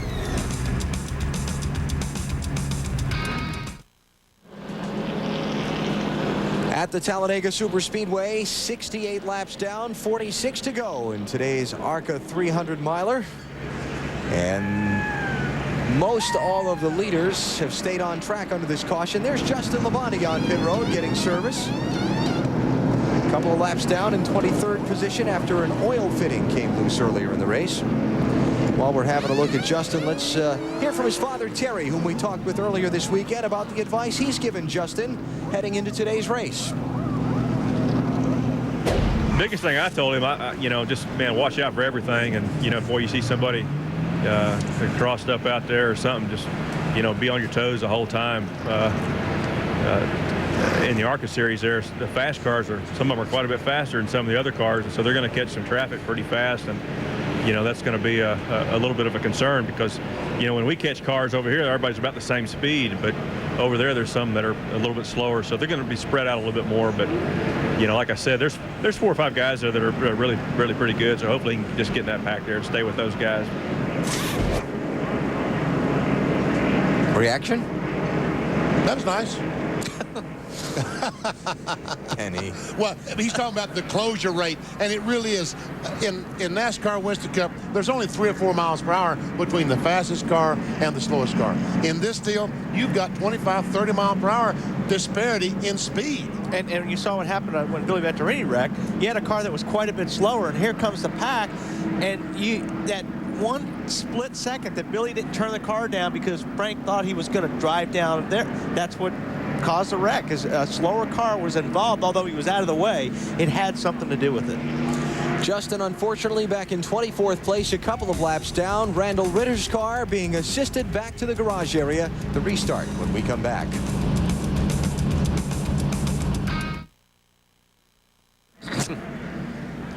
Back at the Talladega Superspeedway for ARCA Series action. And rookie Casey Mears so far has earned an A+ running in the 6th position, but he cannot go the distance on fuel. As crew chief Donnie Richardson thought about pitting under this caution, but he's too concerned about traffic in the back and possibly Casey getting involved in that traffic. So they're going to ride right now in the 6th position and see what happens to Dave. Matt, earlier I reported that Andy Kirby could not make it on fuel, but Jimmy Means, his crew chief, just radioed to him, and he said with these caution laps, we can make it on fuel now. And he might have a good shot. He was running 3rd earlier, and this car once won the Bud Shootout with Jimmy Spencer behind the wheel. Marty? Dave, keep an eye on Stuart Kirby. Is doing a great job. Last time he came down pit road running 4th, overshot his pits, restarted 14th. Now he's back up to 9th, and he's got Bob Schatt barking in his ear on the radio. And Bob Schatt's won a few of these races before, Alan. Yes, he has. Set to go back at it. 43 laps to go on the restart. Gerhardt, Lusk, Jarrett, Corelli, and Strait are the top 5. And look at all those cars up against that outside retaining wall, trying to make sure that no one gets an outside position on them. Bobby Gerhardt has led 62 of the 71 laps so far. Rick Marco led 6 laps. Randall Ritter led 2, both of them by staying out on the track under pit stops after Gerhardt came in. No one has passed that 5 car for the lead all day.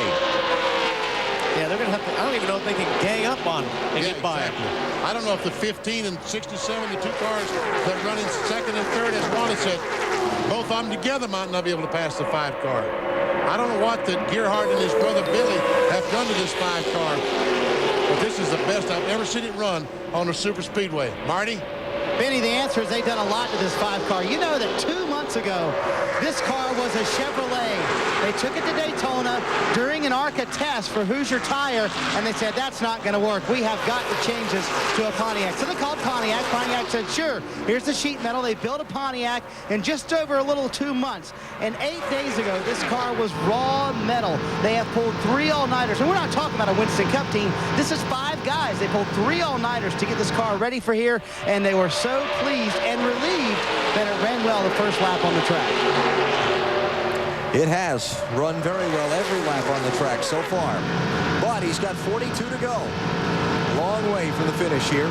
I don't know, BP. If I'm Damon Lusk, I'd be asking Jason to help me to see if we got anything for him right now, just to check him out. They need to try. You're right. They need to try and see if there's any way they can get by.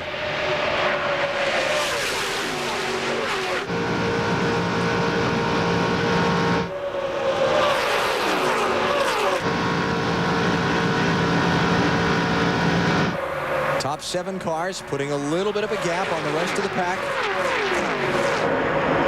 That car that's 4th in line, the red car, is Nate Monteith. He is a lap down. Rick Corelli, the 05 rematch car, is in fact in 4th place.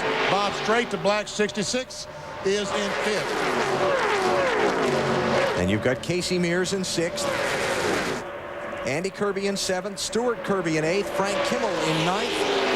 And Tina Gordon back up to 10th.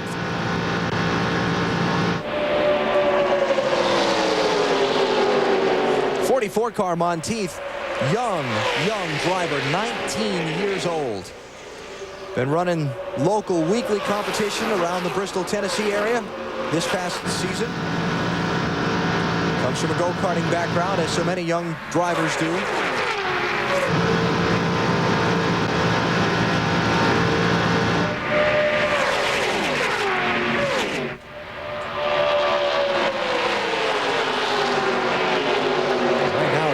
up in the middle of all the leaders.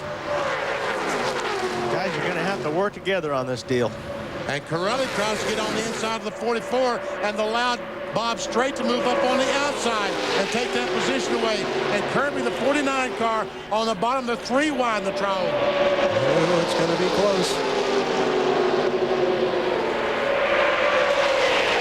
Casey Mears in the 91 has got all of 75 laps of racing experience here at Talladega.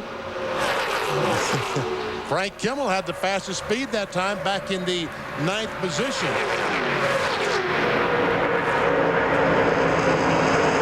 Here's Jason Jarrett trying to do away with the lap car and get second spot away from Damon Lusk. Bob Straight going with him in the 66.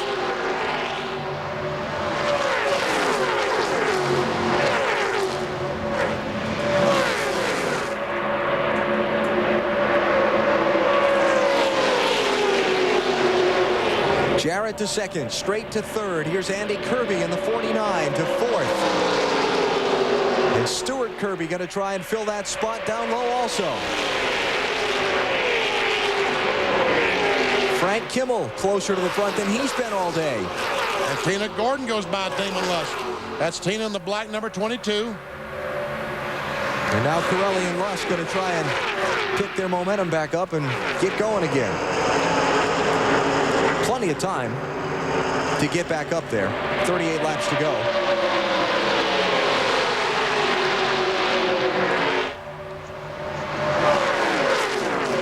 So how close do you draft at Talladega? Watch this.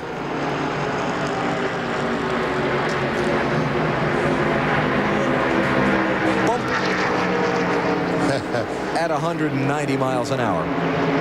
That would be what the drivers refer to as bump drafting, hitting that car in front of you and just giving him a little shot, which really truly does make his car run a little bit faster. Kind of like Wally does to you on the way to the racetrack in the morning, right? Uh-huh. And it does make you faster.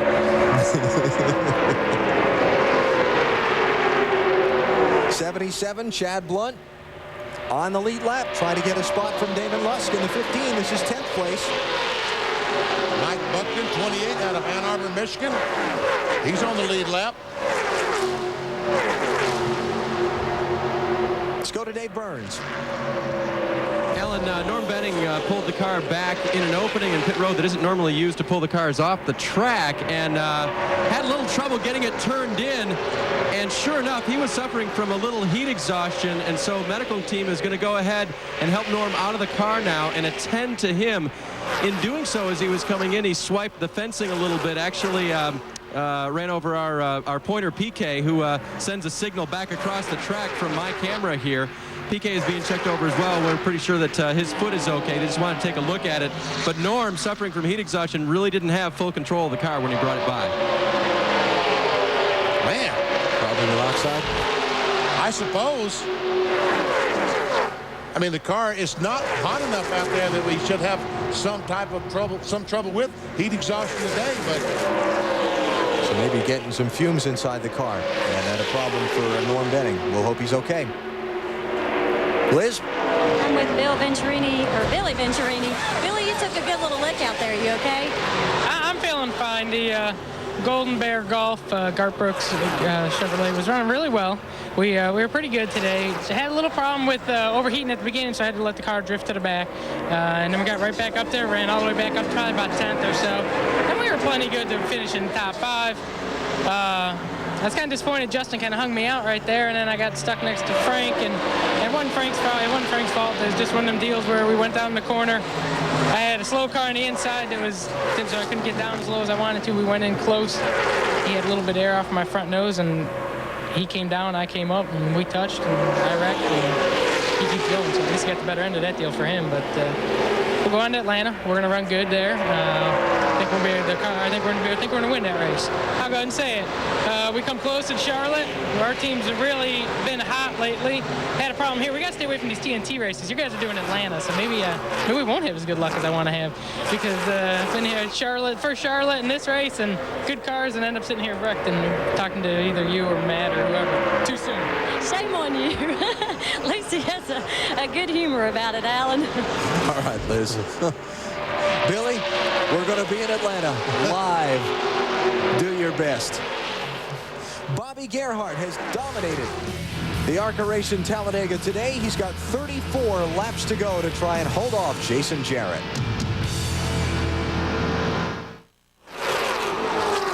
31 laps to go in the ARCA race at Talladega, with Bobby Gerhart and Jason Jarrett holding down the top 2 spots as they have for much of the afternoon. Bob Strait, Rick Corelli, and Casey Mears are chasing them in 3rd, 4th, and 5th. With Mears now hung up beside Andy Kirby to race for that number 5 spot. Now here's where somebody needs to crack the throttle just a little bit, get back single file, or they're going to lose that draft. And Andy Kirby does that. Andy Kirby's best Busch Series finish of the season was here at Talladega back in April. So he's got enough experience here to know. We've seen these cars, the back end jump out from one of the cars, and Wally and I, oh, he's loose. Well, let me try to explain what we're talking about when we say loose. Let's go inside our Williams virtual garage. Car goes down the corner, preferred line in the green. And all of a sudden, the back end would just jump out from under the car, and the driver has to chase the car up the racetrack to try to get the car back under control. So when we yell loose, that's what we're referring to. Second place, Jason Jarrett getting hung out. Here come Bob Strait and Rick Corelli.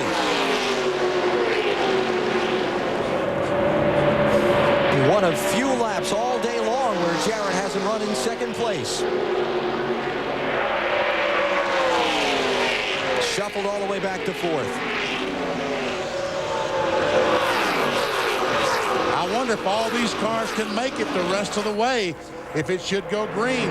30 more laps. But I think they'd probably run enough caution laps that most cars can make it. Matt, what about the 67, Jason Jarrett? Can he make it the rest of the way? He sure can, Benny. And one thing to keep in mind during practice, Jason Jarrett, Casey Mears, and Justin Labonte work primarily together. Now that Labonte has fallen away from the lead pack, Jarrett does have a drafting partner in the 91 machine. In fact, he was so confident about his abilities, he said at one point, he goes, heck, the guy's gone 230 at California in an IndyCar.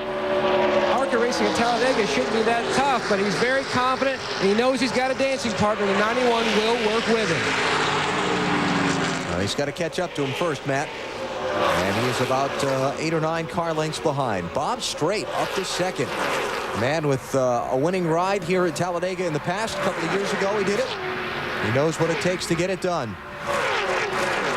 Now, Stuart Kirby was running in 5th place a little while ago. Marty, he's run into some troubles. And now he's back in 18th, Alan. And what happened? They had to come down pit road and change all 4 tires because Stewart said the car got extremely loose, felt like he had a tire going down. What happened is the right rear tire equalized. These cars are tires from the inner liner and the outer part of the tire. And when the pressure is the same, it gives the driver a very odd feeling. And the pressure was the same in the inner liner and the outer part of the tire as well. That's called an equalized tire. And that's what happened to Stuart Kirby. It's cost him a lap. 19th place, 1 lap down. Another potential winning contender fallen by the wayside. Right now, it's those 4. And Casey Mears in the 91 car, I think for him to catch up with these top 4 cars, that he's going to have someone behind him pushing him. With the air that he get off the 67 car, he might be able to catch him. But as it is, I'm not sure he can catch back up. Unless they get side by side for 1 lap, and he'll be right there. Bob Strait up to 2nd spot, Dave. I just talked to his crew chief, Don Strait. I asked Don, can you guys make it on fuel?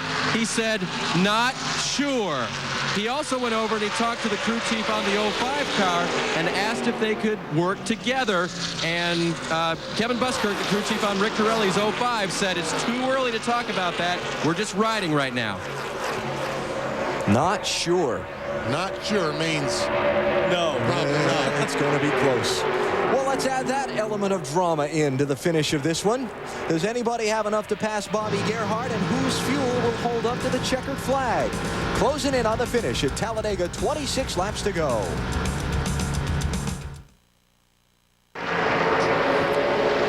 23 laps to go at Talladega. Bobby Gerhart, Bob Strait, Rick Corelli, and Jason Jarrett, a 4-car breakaway, trying to settle this one among themselves.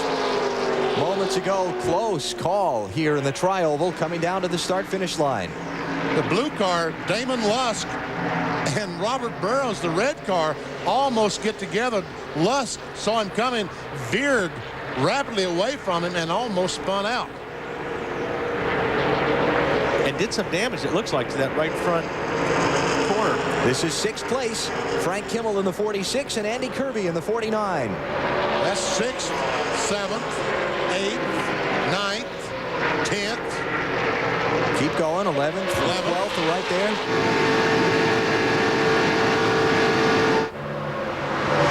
Even 13th, I see the 82 car of Robbie Benton back in that. The car at the very end, the black car.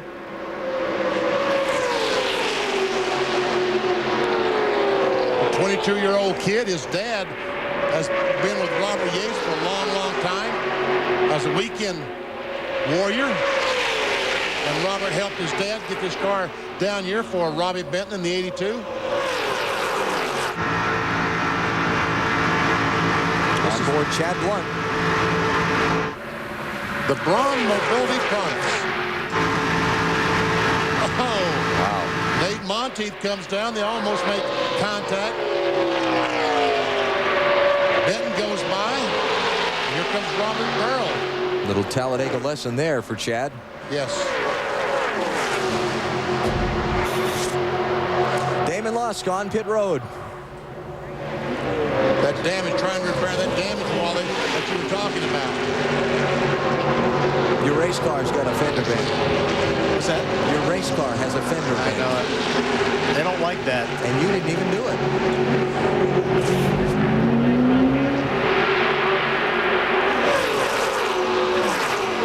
For a man who's been as dominant as Frank Kimmel has in this 2001 ARCA season, today has not been his day.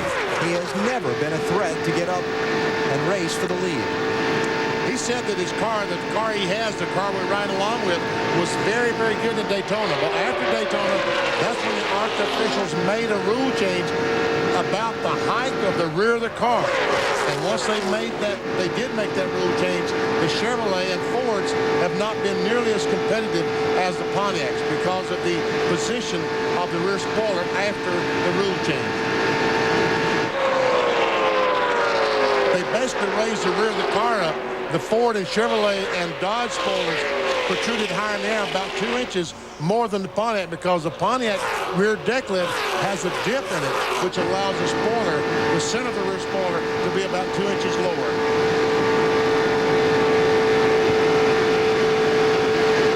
One more victory for Frank Kimmel would put him into a tie for 4th on the all-time ARCA win list. Now a 4-time ARCA Series champion. I know somebody else that's an ARCA champion. He got a bunch of victories in this division to his credit. Likes fried pies, too. Yeah. 1968 and 1969 ARCA champion Benny Parsons. As a matter of Frank Kimmel, who we're right along with now, his dad and I raced together back in the ARCA Series in those years. And this race continuing on for the 6th, 7th, 8th, and 9th positions. And Casey Mears in the 91 car is just about fallen back to this group.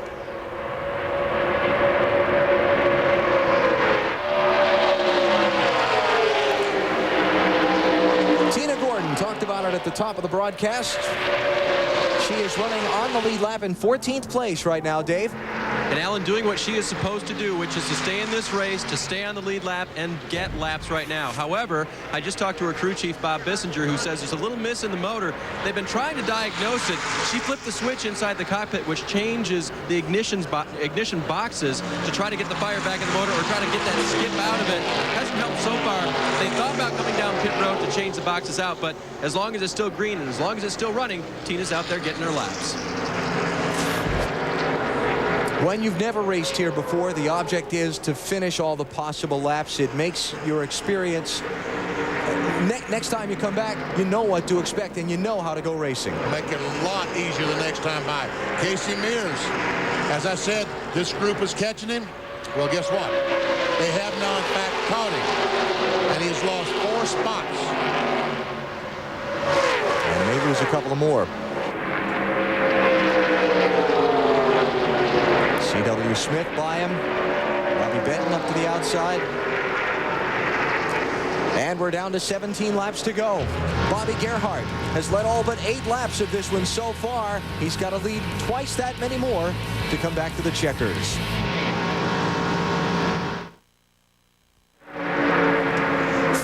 Laps to go at Talladega as the ARCA RE Series nears the conclusion of its 300-miler. 4-car breakaway. Bobby Gerhart, Bob Strait, Rick Corelli, and Jason Jarrett to try and settle it. Do they have enough fuel to get to the finish? Still a question. And this is the real race. These guys are going at it as hard as they possibly can. The first 4 still running up there in line. But Kimmel, Casey Mears still trying their best to get every position they can. There have been some fender bangings between these cars. Some people getting knocked out of shape and saving cars. It's getting a little intense. Andy Kirby leads this group. He runs 5th overall. Richard Mitchell is 2nd. They are in the 49 and 54 cars, respectively. The 8 is C.W. Smith. The 91 is Casey Mears. And the 46 is Frank Kimmel. And Robert Burrows in 53 trying to get up on the outside of Frank Kimmel. And Mears is heading for pit road, the 91 car. Coming down pit road. Probably for fuel? I would guess. Don't speed. Another new experience for him. Yes. Green flag pit stop in a stock car. Let's see if they have to wave him away this time. Matt? He crawls it down pit road at 55 miles per hour. Donnie Richardson, the crew chief, told me this will be only a gas and go. And you see Donnie's up at the left front of the car, giving hand signals, telling Casey when to leave as he pulls away in a lot of smoke. A great run. He entered pit road in the 9th position, Alan. And where he ends up depends on how many of the other leaders are going to have to stop for a splash of fuel as well. Well, he's going up with the same group of cars that he was running with. I think, unfortunately, he will be a lap down because here comes the leaders. What a dominant day it's been for Bobby Gerhart in that 5 car. 93 of 102 laps he's led. Bob Strait, since getting up into 2nd, has appeared quite content to ride behind Gerhart. So, drivers, is Strait just riding there till we get to the end, or do you think he's using all he can? He's trying some things right now. He's going high, running low. He's trying some things right now just to try to get some sense of what might work. I think you're right, Benny. I think he's trying to figure out where he's going to make the move. Where is his car a little bit stronger, maybe, to make the move, but he's definitely going to need help from Corelli and then they're up there making deals right now. You don't know who's going to go with who. I think Jason Jarrett and Corelli would probably take their chances and go with Strait. Gerhart just looks so strong. Yeah, real strong. Yeah, the problem is when the 66 car of Strait moves around to try to check something out, it looks like that Gerhart pulls away from it. You're right. What about the fuel situation on the front 2? Let's go to Marty. Well, Bill Gerhart, first of all, can Bobby make it all the way on fuel for sure? Yeah, we can make it all the way. Not only is the car fast, it's a miser, so we can make it the whole way. I'd like to just say our prayers and our hearts are with the Alexander family today. What happened last week, tragic for a fellow Pennsylvania driver. Our hearts are with them today. He knows they're going to gang up on him, but he says first is the place that we want to be. Today, Burns. And we're with Don Strait, who is Bob Strait's crew chief. We talked about the fact that the 5 car is so quick. If you gang up with the 67 and the 05, can your 66 car go to the front? We think so, but it's just a question of exactly when. We're going to make the move and see if they go with us. I heard your gas man say, I guarantee you it'll be close. What do you think now? I think real close. So we have real close now, guys. It's going to be tight on the 66 car of Bob Strait. All right, some lap cars in front of us. This might be Strait's best shot to get by. It's about as close to him as he's been. It's not close enough. He's got to try to use these other cars, maybe. He goes by Tina Gordon this one in the 22. 8 laps to go.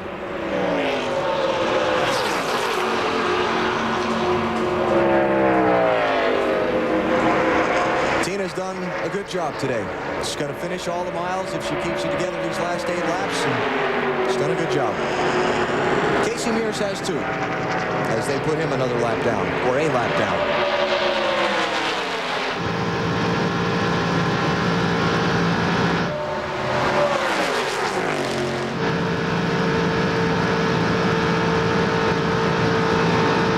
And Frank Kimmel is slow on the back. Champion of the series, in trouble. Came up off of turn number 2, came out of the throttle, and he's off the pace. And it's shut down. The engine is not running. Oh, there it is. Well, when he starts to run the engine, the exhaust pipe smokes heavily, so.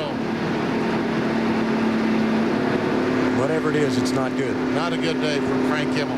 He stays on the racetrack. He realizes there's not much he can do by making a pit stop, so he stays out.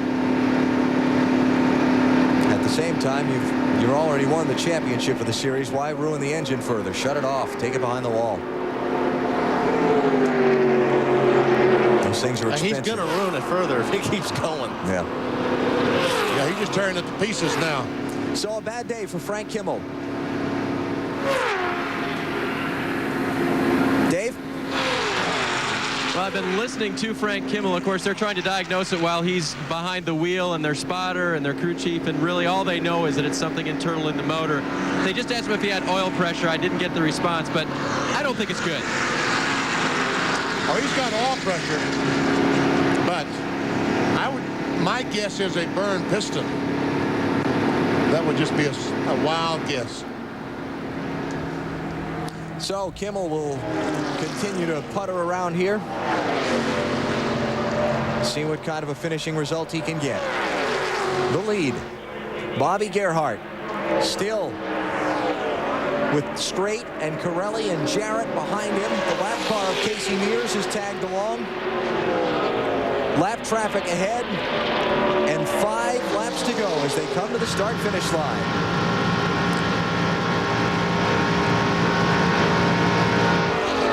All right, business is starting to pick up. Remember that Gerhart only got 2 tires on his pit stop, so his left side tires have been on there for a long time. I think Bob Strait has not been in position to get close enough, even for those guys to help him. You got to get at least a fender on him. And it looks like when he pulls out, like you said earlier, Benny, the 5 car just actually pulls away. We talk with Gerhart and Strait's crew chiefs. What about Corelli and Jarrett? Jarrett's off the pace. Jason Jarrett is slowing down. He's fallen off the pace. And Strait had a look on the inside of the Bobby Gerhart car, could not make that pass. Matt, what happened to Jason Jarrett? Alan, I looked at his crew chief, Scott Eldridge. He gave me the hand signal, meaning the engine just broke. He says it just broke. Jason Jarrett says it feels like something inside the motor has gone amiss. He's down on the apron. Wow. So that's 2. The top 2 in points. Gone out in the last couple of laps. Now there are 3, plus the lap car of Casey Mears. Dave, what about Rick Corelli's team? They told me earlier today that they could make it 55 laps on fuel. The last time they pitted, 58. The length of this race, 1:13. They should be okay, and Kevin Busker just radioed to Rick Corelli. Get up on the wheel, buddy. 3 to go.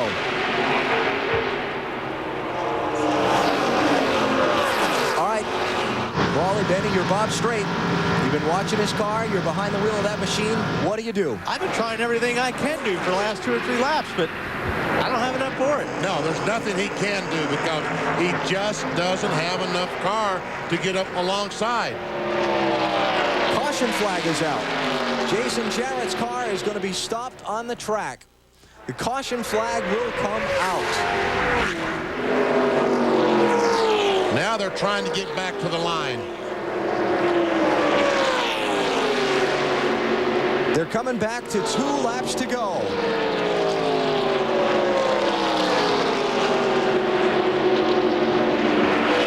And that's going to be a race right there. Caution flag is up, 2 laps to go, and that is it. Bobby Gerhart has just done it. But now these cars are very, very low on fuel. These turns are banked 33 degrees. They've got to be careful and not, behind the pace car, run out of gas. Bobby Garrett, you took the caution flag, then you got to slow down. So you'd run on the apron, wouldn't you? Yeah, that's what they need to do, is run on the apron. Well, they obviously believe they can make it back around the last couple times. Well, we'll see. You know, deserving. Oh, yes. He's had by far the best car. He has led 103 of 111 laps. Very dominant. Marty. Well, let's break up this jubilant group. Bill, that was an outstanding race. That was pretty dominant. Did you expect this? Well, I'll tell you what, that Pontiac was really working today. We got that car home about 9 days ago. I told Bobby, I don't know if we can get it done. There was so much to do. It was in raw metal. We had our car we ran last year in the trailer. Backup plan was to run that car. The guys at the shop, Bill Harner and the guys said, no way, we're going to run this car. They pulled some all-nighters. What a job they did. What a job they did. And you and Bobby said this morning, it's been so flawless this weekend, I'm a little worried. I want the luck to hold out. Tell you what, I didn't sleep at all last night. The car concerned me so much because it was so good. Garden Spot Auto Auction, thank you so much for the help today. Hey, Dad, that's 2. This is a happy bunch of guys, and I'm pretty sure, well, I'm positive, they'll make it all the way around on fuel, no problem. Well, he did not slow down for the pace car to wait and find out. He went whistling right on by the pace car that was sitting on the apron waiting to pick up the field, and he's making sure he gets that thing back around to the checkered flag. Bobby Gerhart, 43 years old, Lebanon, Pennsylvania. He won at Daytona in 1999.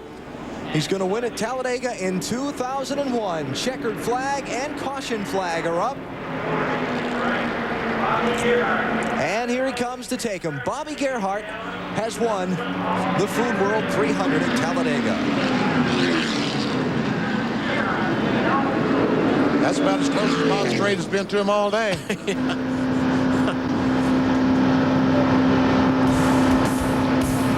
Gerhart's your winner over Strait, Corelli, Kirby, and Mitchell. Back to Talladega in a minute. Bobby Gerhart making his way to Talladega Superspeedway's victory lane after scoring a dominating win today. Led all but 8 laps of the 113 and gets his 2nd career ARCA win.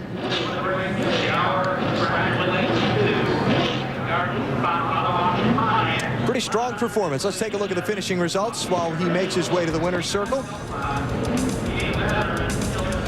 Gerhart beating Bob Strait, Rick Corelli, Andy Kirby, and Richard Mitchell in his first Talladega race. Great run. A terrific run. Robert Burrows, Benton, and Blunt in the top 8. All of these cars in the lead lap.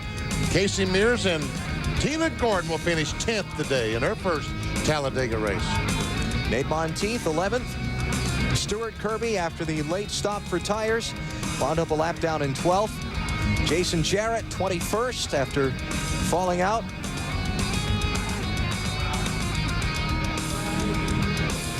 Andy Belmont, the AOL car, 35th, one of a number of drivers, as you can see, who fell out of the race. High attrition today. And the final finisher in the field, Mike Harmon, who went out just 2 laps in with an engine problem. Bobby Gerhart is rolled into victory lane. And now for our MBNA Winner's Circle interview. Matt Yoakum is standing there looking on. Matt? And Bobby Gerhart has parked the race-winning machine, getting his hats and everything else fixed, and smiles all around.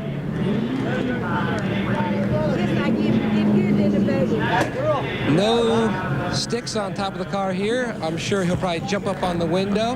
His first win since Daytona in 1999. As the crew guys are shaking his hand through the window. Come on out of there, Bobby. Hey, come out with this here. Yeah. A great win today by Bobby Gerhardt. His best career finish here at Talladega was third back in 1997. He tops that today. His filing and Gatorade shower is all around.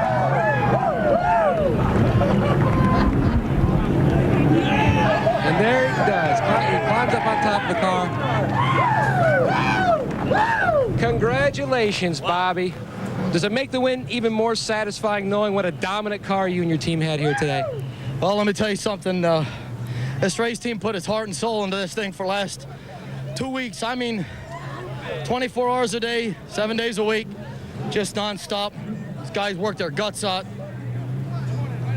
I really don't know what to say other than I'll tell you, an average guy could race a career to get a car like that just one time. I've been blessed with a couple of them. This is surely one of them. Now, how concerned were you about the guys behind? Because on the radios, the spotters were all trying to make deals, like Monty Hall and Bob Barker up there, trying to make some deals to make a play on you. Did you have a car good enough to hold them off? I think so. This Pontiac was just really stout today. We did a little bit of homework. We had an opportunity to test a month and a half ago and just gathered a lot of information from that.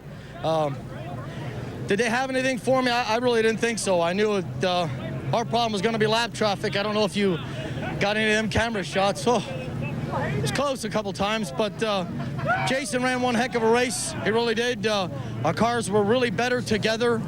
I could tell by the tack that we were just a little bit faster when he was behind me, and he could get maybe 5-6 feet from that back bumper and get stalled there, and I like that. I like that a lot. How big is the win here at Talladega? You won at Daytona last time. Well, anytime you can come to a super speedway like this and just put out a performance like that, it's very, very dominant. I'd like to take this opportunity to thank all my sponsors. I've been doing this a long time, and the ironic thing about what's on this car today, the sponsors from Central Pennsylvania that in a time when being in business maybe isn't the easiest, got behind an effort that I felt could come here today and put on a performance like this. It's Garden Spot Auto Auction, J. Omar Landis. He's been with me since '87 or '88. James Chevrolet, Greg Arcolani, Steve Melnick of Steve Melnick's Northeast Ford. Of course, all my employees at Truck World. I've worked them really hard, and this is certainly going to be very gratifying for all of us. A total team effort as Bobby Gerhardt, his 6th start this season, goes to victory lane. Alan? 17th time Bobby Gerhardt has tried for victory at Talladega. Today he's done it in most dominating fashion.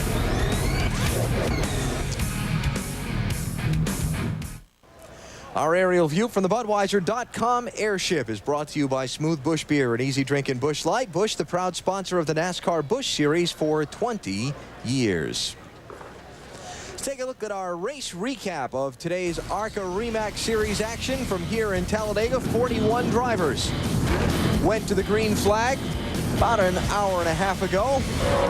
Lap number 10, Justin Labonte, who started on the outside of the front row, ran into some problems. An oil fitting worked its way loose. He lost 2 laps. He wound up finishing in 17th spot, those same 2 laps down. First caution, lap 25. We're not quite sure on this one, are we yet? We're maybe Alan may be right. Keith Seeger's in the 04, maybe shifting gears. Maybe. Car jumped up the racetrack with him.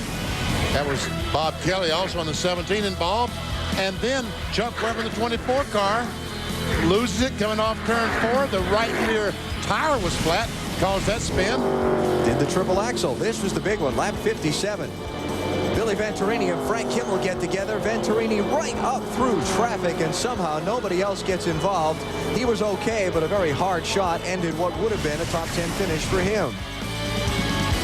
Tri-oval lap 66, Randall Ritter. And folks, when this car starts going backwards, you can quickly realize how fast 190 miles per hour is. Gets away without anybody else getting involved. Jason Jarrett stopped on the racetrack after the engine let go in his machine, brought the caution flag out as the leader, Bobby Gerhardt, came to 2 to go, and that was it. Gerhardt led 105 of 113 laps to score his 2nd ARCA Series win, the other at Daytona back in 1999. Second place finisher today is with Marty. And second, not by a lack of effort, because he tried everything he could. And Bob, you just got close to Bobby, but just couldn't get around him. Yeah, we probably had one more shot, try to get around him, maybe back off, and Rick was going to follow me. And boy, that caution come out and kind of hurt us. And I'd like to say hi to my kids, Amy at home, Josh, a Marine, he's in California, and my other son, Aaron's working on the 32 Bush team. But, yeah, we had a great car. Had a little problem. You know, we split up one team to do 2 cars, Tina's car and my car, and kind of took a lot out of our effort in the pits.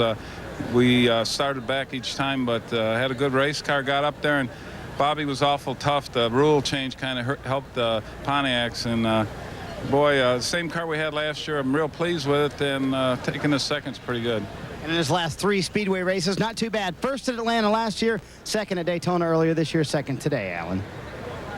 All right, Marty, thanks. Championship standings with 1 race to go, that being the Atlanta finale. Frank Kimmel already having secured the championship. Both Kimmel and Jason Jarrett had some problems today. Liz? And I'm with Frank Kimmel, who is the ARCA champion, and his kids, Frankie and Holly. You started out 8th, but, you know, you stayed out there. You were at least able to finish the race. I'll tell you, that's the hardest I've driven to run. I don't know where we had something go wrong at the very end there where we lost the rear end or transmission or something, but the car ran great all day. Just not good enough. Those guys up in the front were really fast, but the Advanced Auto Parts Pork Ford today was running hard, and we stayed up in the lead draft most of the time in the second and third group. It was a tough day, but hey, I got to thank everybody from Advance and Pork, and I got to thank my hearts and prayer goes out to the Mike Williams family. The original 46 from a long time ago when I first started racing, his great racer, passed away this past week, and hated to see that, but heck, we tried hard today. The ARCA champion tried hard, and he still managed to pull off an 18th finish right here at Talladega. Alan?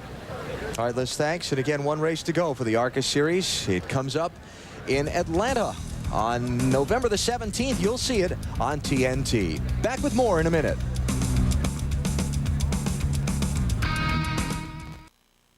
Hi, I'm Craig Sager. Tonight here in Washington, Michael Jordan plays at home for the first time since defying the odds of age and injury to return as a Wizard.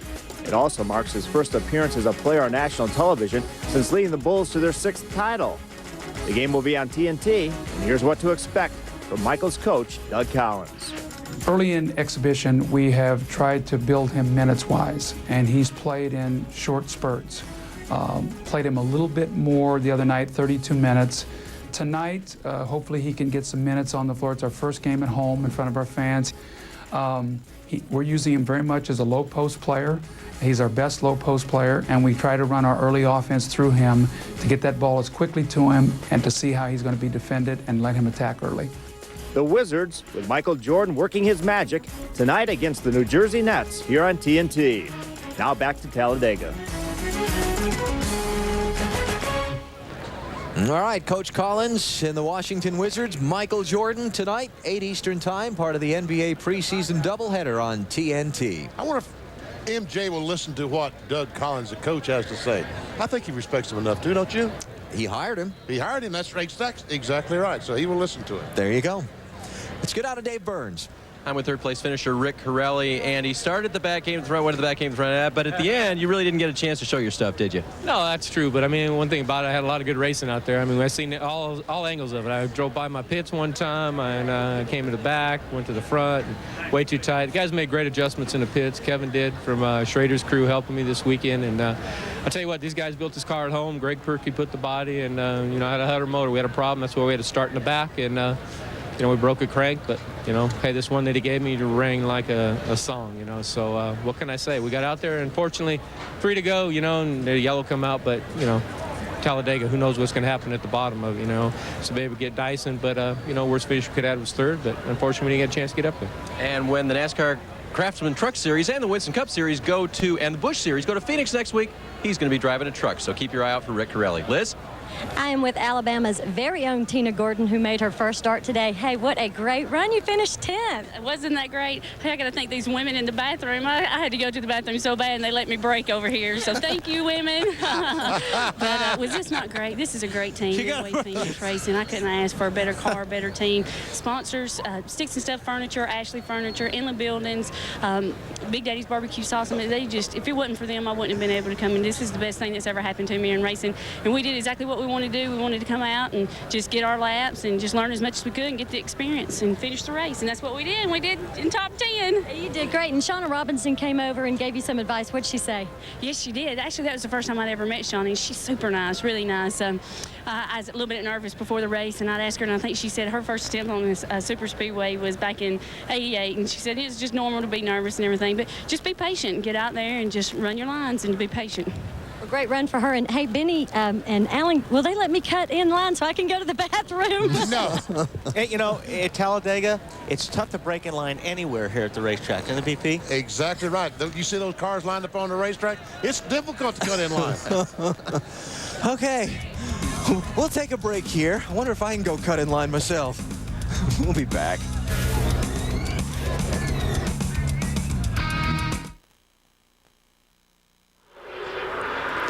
Bobby Gerhardt dominated and won today's ARCA 300-miler at Talladega, led 105 of the 113 laps on the way to his second career win. Let's hear from more of the top finishers. Here's Marty Snyder.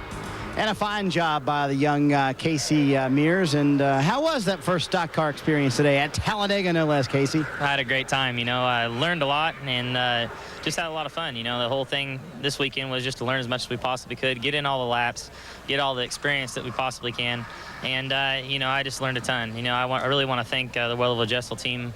They did an excellent job getting this car put together last minute and worked really hard, all the guys back at the shop and the guys that are here to come out and really volunteer to come out and help this weekend. Just appreciate it. It's been a good experience, and I'm looking forward to hopefully getting a run in the future. And Wally has learned a record number of things today, 5, and he's about to pass out. I say you learned a few more things than that. I could say I'm probably in the 30 range, so I'm about 25 up on Wally, but, you know, I just learned a ton, and that was the main reason why we came this weekend. We learned a lot and just had a bunch of fun, and I'm looking forward to doing more of this. And he impressed a lot of people this weekend, coming home with a 9th place finish to Dave Burns. And you know, Jason Jarrett has learned a lot of things from his famous father, but he's learned, hey, no, do one more. He's learned how to sign lug nuts. What in the world? How can you sign a lug nut, Jason? Pretty small. Yeah, just put my initials or something like that. Oh, okay. I thought you put your whole name on there. Hey, great run for you, but what happened at the end? It was a great run. We just ran out of fuel there at the end. I guess we miscalculated or something, but the other guys made it, so I don't know what's going on there, but we had a great day. From the time we unloaded here, we had a great car. Qualifying, it was great. Untaped in the draft, it was great. You couldn't ask for a better weekend. You know, I didn't have any nerves. You know, usually you come here, if you have a bad car, you're a little bit nervous all weekend, but I knew we would be able to stay in the front pack. We did that, and we were trying to win it for Mary Louise. She's back home. Her father passed away this week, and we were trying to win it for her in his honor. So we weren't able to do it. We'll go to Atlanta and give it our best shot. You're second in points. What kind of a learning year has this been for you behind the wheel? It's been just plain out fun. We did wrap up second in the points today, so that's pretty awesome. And I think we'll be okay as far as the Rookie of the Year deal is concerned, and we're all going to go party down at the banquet in December. Oh, all right. One more thing you might have learned from his dad, guys. Yeah. All right, Dave, thank you. Jason Jarrett with the disappointing finish. Bobby Gerhardt is your winner. When we come back, a look ahead to tomorrow's NASCAR Winston Cup race.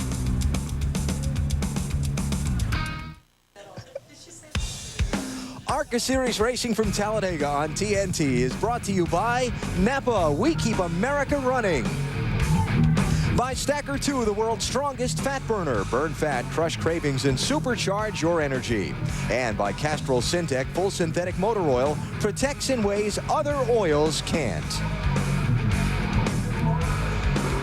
The Talladega Superspeedway, the biggest and fastest stock car track in the world. And tomorrow, the best stock car racers in the world go for 500 miles. It's going to be exciting.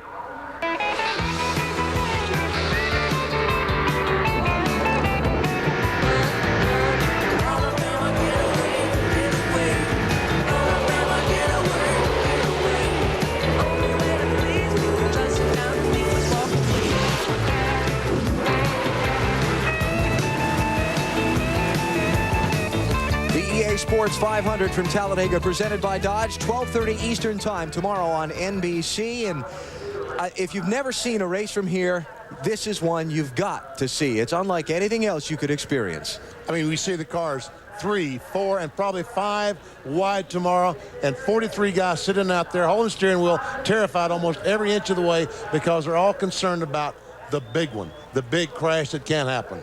And earlier today in final practice that you saw here on TNT, one did. Yep, it looks like 51 car of Mr. Purvis and Warren Burton just ran out of room down there. And unfortunately, when that happens, there's a lot of guys that get collected in a wreck like this at Talladega. So there's a lot of guys going to backup cars going to have to start from the back. Rusty Wallace, Terry Labonte, Kurt Busch, Buckshot Jones, Kevin Harvick, Ken Schrader, all involved in this one. And when a car spins as Purvis does, the car will go down and then it goes back across the racetrack because the car is trying to continue in a straight line, and the straight line takes it right back up the racetrack in front of the oncoming traffic. There are the drivers who were involved in the accident. Rusty Wallace, Terry Labonte, John Andretti, Jeff Purvis, all bringing out backup cars for tomorrow's race. They will all have to drop to the tail end of the starting field and take the green flag from there. Nerve-wracking for the drivers, exciting for us to watch. We'll see things all day that will be going, ooh, ooh, ooh, ooh. And yes, and folks, if I startle you tomorrow by saying ooh too loud or wow too loud, I apologize already. But I don't think there's 43 guys that are probably terrified. I think there's a lot of guys that do like running this race. I mean, you expect the big one to happen. You hope it doesn't. We have run races here where it hasn't happened, but this is fun racing. I mean, you're running 3 or 4 wide here. If everybody watches what they're doing and is careful out there, it's fun racing. And Jimmy Spencer is a guy that says that he loves racing at Daytona and Talladega. So I take it back. There's probably only 41 drivers out there that's going to be terrified tomorrow. Final thought on the ARCA race before we leave the air. We talked about the inexperience factor at the top of the broadcast. And Wally, we were talking during the last commercial break. What a great job all the guys and girl did today. I am very impressed with the rookies. Casey Mears did great. Tina Gordon. There's a lot of rookies that really ran good. I saw some really good driving out there today. And so did I. I echo that statement. I'm very proud of the ARCA series today. Very proud to have been part of that about 30 years ago. But the veteran, the experience, wins out. 43-year-old Bobby Gerhardt of Lebanon, Pennsylvania, scores his first Talladega victory in today's 300. And so we look ahead to tomorrow's action at 12:30 Eastern Time on NBC, the NASCAR Winston Cup Series EA Sports 500. And coming up next on TNT, on the East Coast, Overboard. On the West Coast, Wildcats. And don't forget, tonight at 8 Eastern Time, the NBA preseason doubleheader kicking off with Michael Jordan and the Washington Wizards. You'll see it at 8 Eastern on TNT. Bobby Gerhardt scores a Talladega victory for Benny Parsons, Wally Dallenbach, and our entire TNT crew. I'm Alan Bestwick. Join us tomorrow on NBC at 12:30 Eastern Time for Winston Cup Racing.